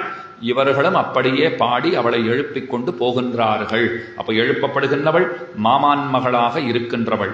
அவளுடைய தனிச்சிறப்பு, அவளுடைய இயல்பென்னா, பகவான் வந்து நம்மை பெறட்டும், நாம் ஏன் சொல்ல வேண்டும்ங்கிற அபிப்பிராயம் இருக்கிறவள். உபாய அத்தியவசாய நிஷ்டைன்னு சொன்னேன், சீதா பிராட்டியினுடைய நிலைமையை ஒத்திருப்பவள் அப்படிங்கிறது அவளுக்கு ஏத்தம். எழுப்பப்படுகின்ற வரிசையிலே 4 பாசுரங்கள் முடிந்து விட்டது. 6, 7, 8, 9 மொத்தமாக 9 பாசுரங்கள் முடிந்திருக்கிறது. நாளைக்கு எழுப்பப்படுகின்ற பெண் பிள்ளை, அவள் எத்தன்மையள், அவளுக்குண்டான சிறப்பென்ன, அவளுடைய வைபவம் என்ன, அதை நாளைய தினம் அனுபவிக்க பிராப்தம். கீழே 7ஆம் பாட்டிலே தேசமுடையாய்னு சொல்லப்பட்டது பாருங்க. அதை பற்றி ஒரு 4 நிமிஷம் 5 நிமிஷம் சொல்லிடுறேன். ஏன்னா ஒரு நாளும் சேர்ந்துட்டே தான் போகிறதே தவிர அது திரும்ப சொல்கிறதுக்கு வாய்ப்பே கிடைக்க மாட்டேன் என்கிறது காஞ்சி பிரதிவாதி பயங்கரம் கீர்த்திமூர்த்தி மகாவித்வான் அனங்கராச்சாரிய சுவாமி ரொம்ப ஆச்சரியமாக ஒரு அர்த்தம் சாதித்திருக்கிறார். சங்கத் தமிழ் மாலை 30ன்னு ஒரு புத்தகம் இயற்றி இருக்கிறார். அதில் திருப்பாவையினுடைய அர்த்த விசேஷங்களை அவர் பகுமுகமாக வருஷிக்கிறார், பலவாறாக வருஷிக்கிறார். அதில் சொல்றார், 7ஆம் பாட்டிலே தேசமுடையாய்னு சொல்லப்பட்டது பாருங்க. அப்படின்னா என்னன்னா, தேஜஸ்ங்கிற சொல்லு, வடமொழியிலே தேஜஸ் அப்படின்னு சொல்றோமே, அந்த தேஜஸ்ங்கிற சொல்லுதான் இங்கே தேசு என்றும் தேசம் என்றும் திரியும் அப்படின்னார். தமிழிலே வரும்போது அதை தேசுன்னு சொல்லலாம், தேசம்னு சொல்லலாம். இன்னொன்னு ஜனபத வாச்சகமான தேசம். இப்ப நம்முடைய தேசம் பாரத தேசம்ங்கிறோம் இல்லையோ, ஜனங்கள் வசிப்பதற்கு தகுதியான ஒரு நிலப்பகுதி, அதை தேசம்னு சொல்லுகிறோம். அப்படியும் ஒரு அர்த்தம் இருக்கிறது. காஞ்சி பிரதிவாதி பயங்கர சுவாமி சொன்னார், எல்லா அர்த்தத்தையும் எடுத்துக்கோங்கன்னார். இப்போ முதல்ல இதை புத்தியில வாங்கிக்கோங்க. இந்த எல்லா அர்த்தத்தையும் எடுத்துக்கிறோம். தேசமுடையாய், தேஜஸ், அதுதான் தேசு, தேசம். தேஜஸ்ங்கிற அர்த்தத்தையும் எடுத்துக்கொள்ளுகிறோம், தேசம்ங்கிற அர்த்தத்தையும் எடுத்துக்கொள்ளுகிறோம். அதை இந்த பாசுரத்தோட எங்கனம் பொருந்த விடுவது, அதை பார்க்க வேண்டும். 7ஆம் பாட்டாலே உணர்த்தப்படுகின்றவள் முக ஒளி பொருந்தியவள். முக ஒளி பொருந்தியவள்னா அதுக்குன்னு ஏதாவது கிரீம் எல்லாம் உபயோகப்படுத்துகிறாளா, இல்லை கள்ளமாவு பயத்தமாவெல்லாம் வச்சு முகத்தை அவ்வப்போது கழுவிக்கொள்கிற பழக்கமா, இல்லைன்னா என்னை எத்தனையோ ஆலோவீராங்கிறா, எத்தனையோ தடவிக்கிறாளோ இல்லையோ, அதெல்லாம் தடவி வந்த புகரான்னா அந்த புகர் கிடையாது. இது பரபிரம்மத்தை அறிதலாலே வந்த புகருங்கிறார். ஒரு விலட்சண தேஜஸ் உள்ளுக்குள்ள பகவான் நிறைந்திருக்கிறான்னு சொன்னால் அந்த ஒளி வெளியிலே புறப்படும். உள்ளுக்குள்ள இருக்கிற பெருமானுடைய ஒளி இருக்கிறதே, அது முகத்தை வியாபித்து கொள்ளும். அதைத்தான் இந்த இடத்துல தேஜஸ்ன்னு சொல்லுகிறார்கள். பகவான் இடத்துல தேஜஸ்ன்னு ஒரு குணம் இருக்கு. இப்ப அதை பத்தியும் பார்த்துடலாம். பகவான் இருக்கிறாரே, அவருக்கு ஏன் பகவான்னு பேருன்னா, ஷாட்குண்ய பரிபூரணன் பகவான். 4 நிமிஷம் தான், கொஞ்சம் கவனமாக கேட்டுடுங்கோ. ஷாட்குண்ய பரிபூரணன் அப்படின்னா 6 குணங்களாலே எவன் பூரணத்துவம் பெற்றவனாக இருக்கிறானோ. பெருமானுக்கு நிறைய குணங்களாச்சே, ஆமாம், ஆனா 6 குணங்கள் முக்கியம். அது என்னென்னா, ஞான பல ஐஸ்வர்ய வீரிய சக்தி தேஜஸ். இந்த 6 குணங்கள் தான் மற்றைய கணக்கில்லாத குணங்களுக்கெல்லாம் ஒரு ஊற்றுவாய் தோற்றுவாயாக இருக்கிறது. இந்த 6 குணங்கள்ல இருந்து தான் மற்றதெல்லாம் பிறந்திருக்கு. அப்ப எல்லாத்தையும் தன்னகத்தே கொண்டிருக்கிற 6 குணங்கள். 6 குணங்களினுடைய தொகுதிக்கு என்ன பேருன்னா பகம்னு பேரு. நல்லா கேட்டுக்கோங்க. பகம் இஸ் ஈக்வல் டு 6 குணங்கள். அந்த 6 குணங்களாகிற பகம் எவனிடத்துல இருக்கிறதோ அவன் பகவான். தனம் இருக்கிறவன் தனவான், குணம் இருக்கிறவன் குணவான் சொல்றோமா? அத போல பகவான்னு சொன்னால் இந்த 6 குணங்களோட கூடியவன் பகவான். ஞான பல ஐஸ்வர்ய வீரிய சக்தி தேஜஸ்ன்னு 6 சொன்னேன். பாட்டுல தேசமுடையாயின்னு வந்திருக்கு. தேஜஸ்ங்கிறது தான் தேசுன்னு தேசம்னு ஆயிருக்குன்னு பார்த்துட்டோம். அப்ப தேஜஸ் பெருமானிடத்திலே உண்டு. அந்த தேஜஸினுடைய காரியம் என்னன்னா, அவர் ஒன்றை செய்யணும்னு ஆசைப்பட்டால் இன்னொருத்தருடைய தேவை வேண்டாதபடிக்கு செய்து தலை கட்டக்கூடிய சாமர்த்தியம். இப்ப என்ன கேட்டா என்ன சொல்லுவேன், இந்த டேபிள் எடுத்து இங்க போடுங்க அப்படின்னா, நான் ஒருத்தன் தான் இருந்தேன்னா நான் என்ன சொல்லுவேன், இன்னும் 2-3 பேர் இருந்தா பண்ணிவிடலான்னுவேன். இல்ல நீர் தான் இருக்கீரேன்னா, ஐயோ அப்புறம் நான் இருக்கணுமா வேண்டாமா அது சொல்லுங்கன்னு கேட்பேன். நான் இருக்கேன் சரி, இப்ப நான் தனியாளா இதை தூக்கி இந்த பக்கம் போடணும்னா அப்புறம் நான் இருக்கிறது சந்தேகமா போயிடும். 2-3 பேரா இருந்தா இதை செய்யலாம் அப்படின்னுவேன். அப்படி 4 பேரா வந்துட்டான்னா அதான் 4 பேரா இருக்காளேன்னுட்டு நான் போய் அங்க போய் நின்றுடுவேன். நான் வந்தாச்சு, இதுக்கு மேல நமக்கு என்னத்துக்கு அப்படின்னு நான் போய் நின்றுடுவேன். அப்ப நம்மள ஒரு வேலை செய்ய சொன்னால் நம்ம பெரும்பாலும் தனியாளா செய்யக்கூடிய வேலையா இருந்தா சிறிய வேலைகளை செய்துடுவோம். இல்லைன்னா வீட்லயே கொஞ்சம் இதை எடுத்து அங்க மாட்டுங்களேன்னா, ஐயோ அதுக்கு 2 பேர் வேணும். நம்ம வீட்டில் இருக்கிற ஸ்டூல் டகடகான்னு ஆடிட்டு இருக்கு, அதுல நிந்தேன்னா பிடிச்சுக்கிறதுக்கு நான் வேணும். உடனே மனைவி என்ன சொல்லுவாள், அந்த கவலை வேண்டாம் நான் பிடிச்சுக்கிறேன்வா. பயமே அங்கதான் இருக்குன்னு. அதனாலதான் பயமா இருக்கு. இப்ப நீ பிடிச்சுக்கிறேன்னா தான் பயமா இருக்கு. அதெல்லாம் இன்னொருத்தர் வருவார், அவர் வரட்டும், அவர் பிடிச்சுக்கிட்டோம் நான் பாத்துக்கிறேன் அப்படிங்கிறோம் இல்லையா? அப்ப நாம ஒரு வேலையை செய்யணும்னா சில பேருடைய துணையை தேடுகிறோம். பகவானுக்கு அப்படி கிடையாது. அசகாய சூரர்னு வேதாந்த தேசிகன் பெருமானை கொண்டாடுகிறார். பகவான் எப்படிப்பட்டவர் அப்படின்னால் அவலீலையாக எல்லாவற்றையும் செய்ய தகுந்தவராக இருக்கிறார். இந்த விஷயத்தை மனசுல வச்சுக்கோங்க. இப்ப ஆச்சாரியர்கள் விஷயத்திலே அவர்களிடத்துல இருக்கிற தேஜஸ் என்ன அப்படின்னால், அவர்களும் சில விஷயங்களை விளையாட்டா பண்ணிவிடுறார். என்ன விஷயங்களை விளையாட்டா பண்ணிவிடுறான்னா, தத்வஹித புருஷார்த்தங்களை நிரூபிக்க வேண்டிய இடத்திலே, அதாவது உண்மை பொருள் எது, இதம் எது, அடையத்தக்க பலன் எது, பகவான் தான் தத்துவம். அவனே உபாயமாக இருக்கிறான். அவன் திருவடிகள்ல கைங்கரியம்தான் புருஷார்த்தம். இதை தெரிஞ்சுக்கணும். அப்போ பகவான், அந்த பகவானே வழியாகிறான்ங்கிற விஷயம், அவன் திருவடிகளிலே தொண்டு செய்வதே நமக்கு பெரும் பேரு. இந்த விஷயங்களை நிலைநாட்ட வேண்டிய இடத்திலே வாத பிரதிவாதங்கள்லாம் பண்றவாள்லாம் இருப்பா பாருங்கோ, அவர்கள் வாயடைத்து போகும்படியாக அவர்கள் ஆயிரக்கணக்கான பேர் மலிந்திருந்தாலும் மெத்தப்படித்த ஒருவர் போய் அங்கே பேசுகிறார்னு சொன்னால் அவர் வார்த்தை தானே மேலோங்கி நிற்கும். எப்படி பகவான் 14,000 பேரோட தனி ஒரு ஆளா சண்டை போட்டாரோ அதை போல வித்வானா இருக்கிறவர் என்ன பண்றார், வாத பிரதிவாதிகளை அனாயாசமாக ஜெயிக்கிறார். அப்ப இவர்கிட்ட தேஜஸ்ங்கிறது இருக்கிறது தெரிந்து விட்டதா? இப்ப தேசம்னு ஒரு அர்த்தம் பார்த்தோம். முதல்ல தேஜஸை பார்த்தாச்சு. இந்த தேசம் அப்படின்னா நாம வசிப்பிடம், இந்த உலகம் அப்படின்னு கொள்ளுங்கோள். எது தேசம்னால் பெரிய திருவந்தாதியில நம்மாழ்வார் சொல்றார், உள்நாட்டு தேசன்றேன்னு பாடுகிறார். ஒரு விலட்சணமான தேஜஸை சொல்லுகிறார். அதற்கு உள்நாட்டு தேசு அப்படின்னு பேர் வச்சிருக்கார். அதுக்கு என்ன அர்த்தம்? பரமபதத்து தேஜஸ்ன்னு அர்த்தம். பரமபதத்தில் இருக்கிறவா, வைகுண்டத்தில் இருக்கிறவாள்னா ரொம்ப ஒளிவிஞ்சியவர்களாக இருப்பார்கள் அப்படிங்கிறது அர்த்தம். அதை இங்க எப்படி பார்க்கணும்னா, எந்த குலத்திலே பிறந்திருந்தாலும் சரி, எப்படிப்பட்ட ஆச்சாரத்தை உடையவர்களாக இருந்தாலும் சரி, அவர்களுக்கு பெருமானிடத்திலே அடிமைப்பட்டிருத்தல்ங்கிற அந்த வைபவம், பெருமானுக்கு தொண்டுகள் செய்தல்ங்கிற அந்த பண்பு இருக்கிறதே, அது அவர்களிடத்திலே இருக்குமாகில் அவர்கள் எப்படிப்பட்டவாளா ஜுவலிக்கிறான்னா, வைகுண்டத்திலே இருக்கிற கைங்கரியம் பண்றவாளை போல இங்கேயே அவர்கள் ஜுவலிக்கிறார்கள். முகத்தை பார்த்தாலே என்ன தேஜஸ், எப்பவும் பெருமானுக்கு கைங்கரியம் பண்றார். அப்ப அந்த கைங்கரியத்தாலே வருகின்ற அந்த தேஜஸ், இதைத்தான் ஆச்சாரிய ஹிருதயம்ங்கிற நூல் சொல்லுகிறது. பண்டை நாளிற் பிறவி உள்நாட்டு தேசிரேன்னு நாயனாருங்கிற ஆச்சாரியர் பாடியிருக்கிறார். அவருக்கு இன்றைக்கு திருவவதார மகோத்சவ தினம். இன்றைக்கு தான் திருநக்ஷத்திர மகோத்சவம். நாயனாருங்கிற ஆச்சாரியருடைய பிறந்த நாள், அவதார தினம். இன்று 800 ஆண்டுகளுக்கு முன்பு ஸ்ரீரங்கநாதனுடைய அவதாரமாகவே பிறந்தவர்னு கொண்டாடப்படுகிறவர். அவர் சொல்றார், பண்டை நாளில் பிறவி உள்நாட்டு தேசிரேங்கிறார். குடிக்குடி வழிவந்தாட் செய்யும்னு பாசுரம் இருக்கு. பல்படிகால் குடிக்குடி வழிவந்தாட் செய்யும் தொண்டர், உன் பொன்னடி கடவாதே வழிவருகின்ற அடியர், தொல்லடிமை வழிவரும் தொண்டர். அப்படின்னா என்ன அர்த்தம்னா, எத்தனையோ ஜென்மங்கள் நாம் அவனுக்கு அடிமைங்கிற அந்த அடிமைத்தனத்திற்கு இடையூறாக இருந்த ஜென்மங்கள். பல ஜென்மங்கள்ல நமக்கு அகங்காரம், நான் என்ன ஒருத்தங்கிட்ட போய் அடிமைத்தனம் பண்றது, எல்லாரும் வாங்கடா எனக்கு அடிமைகளா இருங்கோள் அப்படின்னு சொல்லிட்டு இருந்தோம். ஆனா ஒரு ஜென்மத்துல நமக்கு நல்லறிவு ஏற்பட்டது, இல்ல நாம கைங்கரியம் தான் பண்ணணும், தொண்டு தான் செய்யணும்.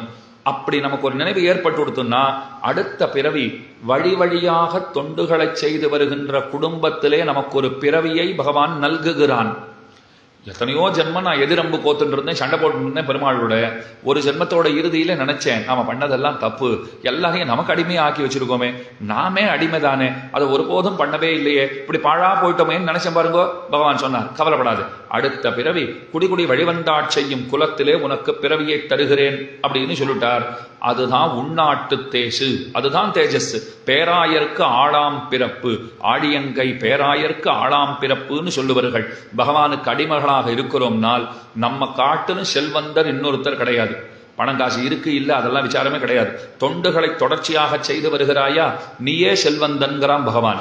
அவர் அவ்வளவு பணம் வச்சிருக்கார், ஒன்னும் சாப்பிட்ட உடனே எச்சிற்கையாலே அவர் காக்கை ஓட்டுவதும் இல்லைன்னா பெரிய பணக்காரர் கிடையவே கிடையாதுங்கிறார் பெருமாள். ஒரு தொண்டும் பண்றதுல அவன் என்ன பணக்காரன்ற, நீ மாஞ்சு மாஞ்சு தொண்டுகளை பண்ணிட்டு இருக்க, நீதான் செல்வந்தன், என் அபிப்பிராயத்தால நீதான் செல்வந்தன் அப்படிங்கிறார் பெருமாள். அப்ப அதுதான் உள்நாட்டு தேசு அப்படின்னு சொல்லப்படுகிறது.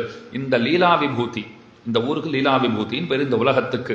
இது எப்படி இருக்கிறதுனால், பெருமானை விரும்பாதவர்கள் அதிகம் இருக்கிற பூமி. நாஸ்திகர்கள் மலிந்து கிடக்கிறார்களோ இல்லையோ, அப்படிப்பட்ட இந்த லீலா விபூதியிலே பெருமானுக்கு அந்தரங்கமாயிருக்கிற அந்த பரமபதத்து தேஜஸ் அங்கு இருக்கிறவர்கள், பெருமானை விரும்புகிறவர்கள் தான். அங்க ஒரு நாஸ்திகர் கூட கிடையாது. அப்படிப்பட்டவர்களாலே நிறைந்திருக்கிற அந்த பரமபதத்தினுடைய ஒளி இருக்கிறதே, அந்த ஒளி இங்கு இருக்கும் ஆஸ்திகர்களுக்கும் உண்டாகி இருப்பதுங்கிறது சிறப்பு. ஏன்னா நாஸ்திகர்கள் மலிந்திருக்கிற பூமியிலே ஆஸ்திகர்கள் பரமபதத்து தேஜஸை பெற்றவர்களாக விளங்குகின்றமைங்கிறது அது ஒரு ஏத்தம். இப்ப தேஜஸ் எல்லாம் சொல்லப்பட்டது. அடுத்தது தேச சப்தம்னு பார்த்தோம். தேசம்னு கொண்டால் உலகம், உலகம்னா சகல தேசங்களும் சொல்லப்படும். சகல தேசம்னு சொன்னா உபய விபூதி, வைகுண்டமும் அடங்கும், இந்த உலகமும் அடங்கும். பொன்னுலகாளீரோ புவனி முழுதாளீரோ அப்படின்னு ஆழ்வார் பாடியிருக்கார். உபய விபூதியும் தாமிட்ட வழக்கு. நம்மாழ்வார் என்ன தெரியுமா பாடிவிட்டார்?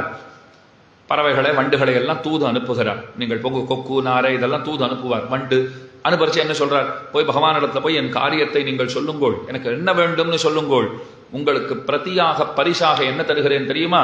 பொன்னுலகாளிரோ வைகுண்டத்தையே உங்க பேர்ல எழுதி வைக்கிறேங்கிறார். இந்த உலகத்தை எல்லாம் எழுதி வைக்கிறேங்கிறார். ஒரு நிமிஷம் இருக்கும், இதெல்லாம் உம்மோடதா? நீ ரொம்ப எழுதி வைக்கிறேங்கிறீனால் பெருமானுக்கு அடியவர்களுடைய சொத்துங்கிறது தேறுகிறதோ இல்லையோ? அப்ப தேசமுடையாய் நீ அடியவளாக இருக்கிறபடியினாலே சகல உலகங்களும் உனக்கு அதீனமாக இருக்கிறது. எப்படி அதீனமாகும்? இதெல்லாம் பகவானுடைய சொத்து. பொங்கோதம் சூழ்ந்த புவனையும் விண்ணுலகம் அங்கு ஆதும் சோராமே ஆழ்கின்ற வெம்பெருமான்னு பாசுரம் இருக்கு. அருளார் திருச்சக்கரத்தால் அகல் விசும்பும் நிலனும் இருளார் வினகடச் செங்கோல் நடாவுதிர்னு நம்மாழ்வார் பாடுகிறார். அவ எல்லாம் பகவானோட சொத்துன்னா அடியவர்களுக்கு அதை ஆக்கி கொடுத்து விடுகிறான். அவ்வளவு ஏன் வைகுண்டத்துக்கே வானவர் பூமின்னு பேர் இருக்கு. வானவர் மண், வானவர் பூமி அப்படின்னு பேர் வச்சிருக்கா. அப்படின்னா இங்கேருந்து அங்க போனவா, அங்கேயே இருக்கிறவா, அவளுக்குத்தான் பட்டா போட்டு கொடுக்கப்பட்டிருக்கு. பகவான் அப்ப அங்க என்னவா இருக்காருன்னா, நான் இங்க இருக்கலாம், அனுபவ பாத்தியதை உண்டு, உரிமையெல்லாம் கோர முடியாதுங்கிறார். ஏன் சுவாமின்னா இது உம்ம சொத்து இல்லையா? இதெல்லாம் இவா சொத்து தான். அப்ப நீர் யாரு இங்கன்னா? வான் இளவரசு வைகுந்த குட்டன். அங்க ஒரு இளவரச போலத்தான் அவர் இருக்கார், யுவராஜாவை போல அவர் இருக்கார். அப்ப ராஜா யாருன்னா இங்கிருந்து போறவாளும் அங்கேயே இருக்கிறவாளும் தான் ராஜா.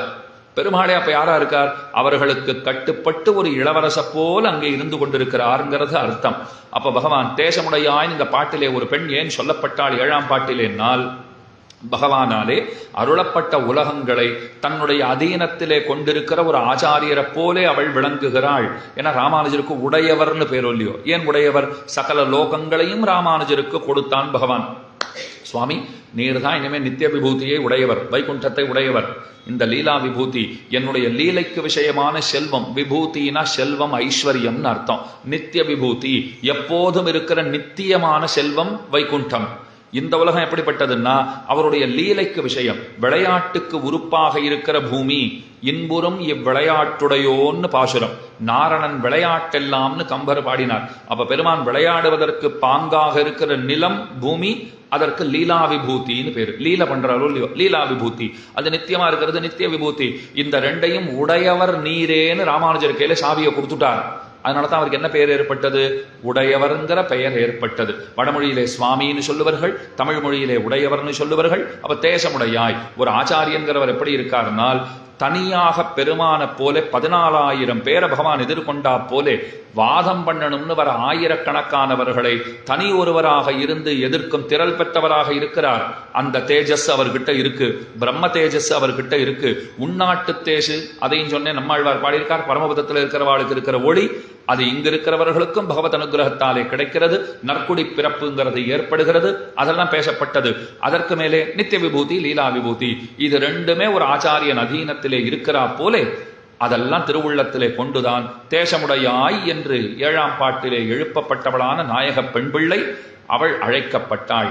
அந்த அர்த்த விசேஷங்களையும் இந்த கோஷ்டியிலே இன்றைய தினம் விண்ணப்பித்துக் கொள்ளும்படியான பாக்கியத்தை பெற்றேன். இன்றைய பாசுரத்தை அனைவரும் சேர்ந்து அனுசந்திக்க வேண்டுமாய் கேட்டுக்கொண்டு, நாளைக்கு சரியாக 4:45 4:50 வந்துருங்க. 5 மணிக்கு சற்று முன்னதாகவே ஆரம்பித்து விடலாம். அனைவரும் வந்திருந்து நடத்தித்தர பிரார்த்தனை. தூமணி மாடத்து சுத்தும் விளக்கெரிய தூபம் கமலத்து இளனமேல் கண்வளரும் மாமான் மகளே மணிக்கதமும் தாழ்த்திரவாய் மாமீரவளை எழுப்பீரோ உன்மகள் தானூமையோ அன்னிச்செவிடோ அனந்தலோ ஏமப்பெருந்துயில் மந்திரப்பட்டாளோ மாமாயன் மாதவன் வைகுந்தன் என்னென்னு நாமம் பலவும் நவின்னேலோ ரெம்பாவாய் ஸ்ரீமத்தியை விஷ்ணு சித்தாரிய மனோநந்தனஹேதவே நந்தநந்தன சுந்தரியை கோதாயே நித்யமங்கலம் ஸ்ரீமதே ரம்யஜாமா திருமுனீந்திராய மகாத்மனே ஸ்ரீரங்கவாசினே பூயாத் நித்யஸ்ரீ நித்யமங்கலம்.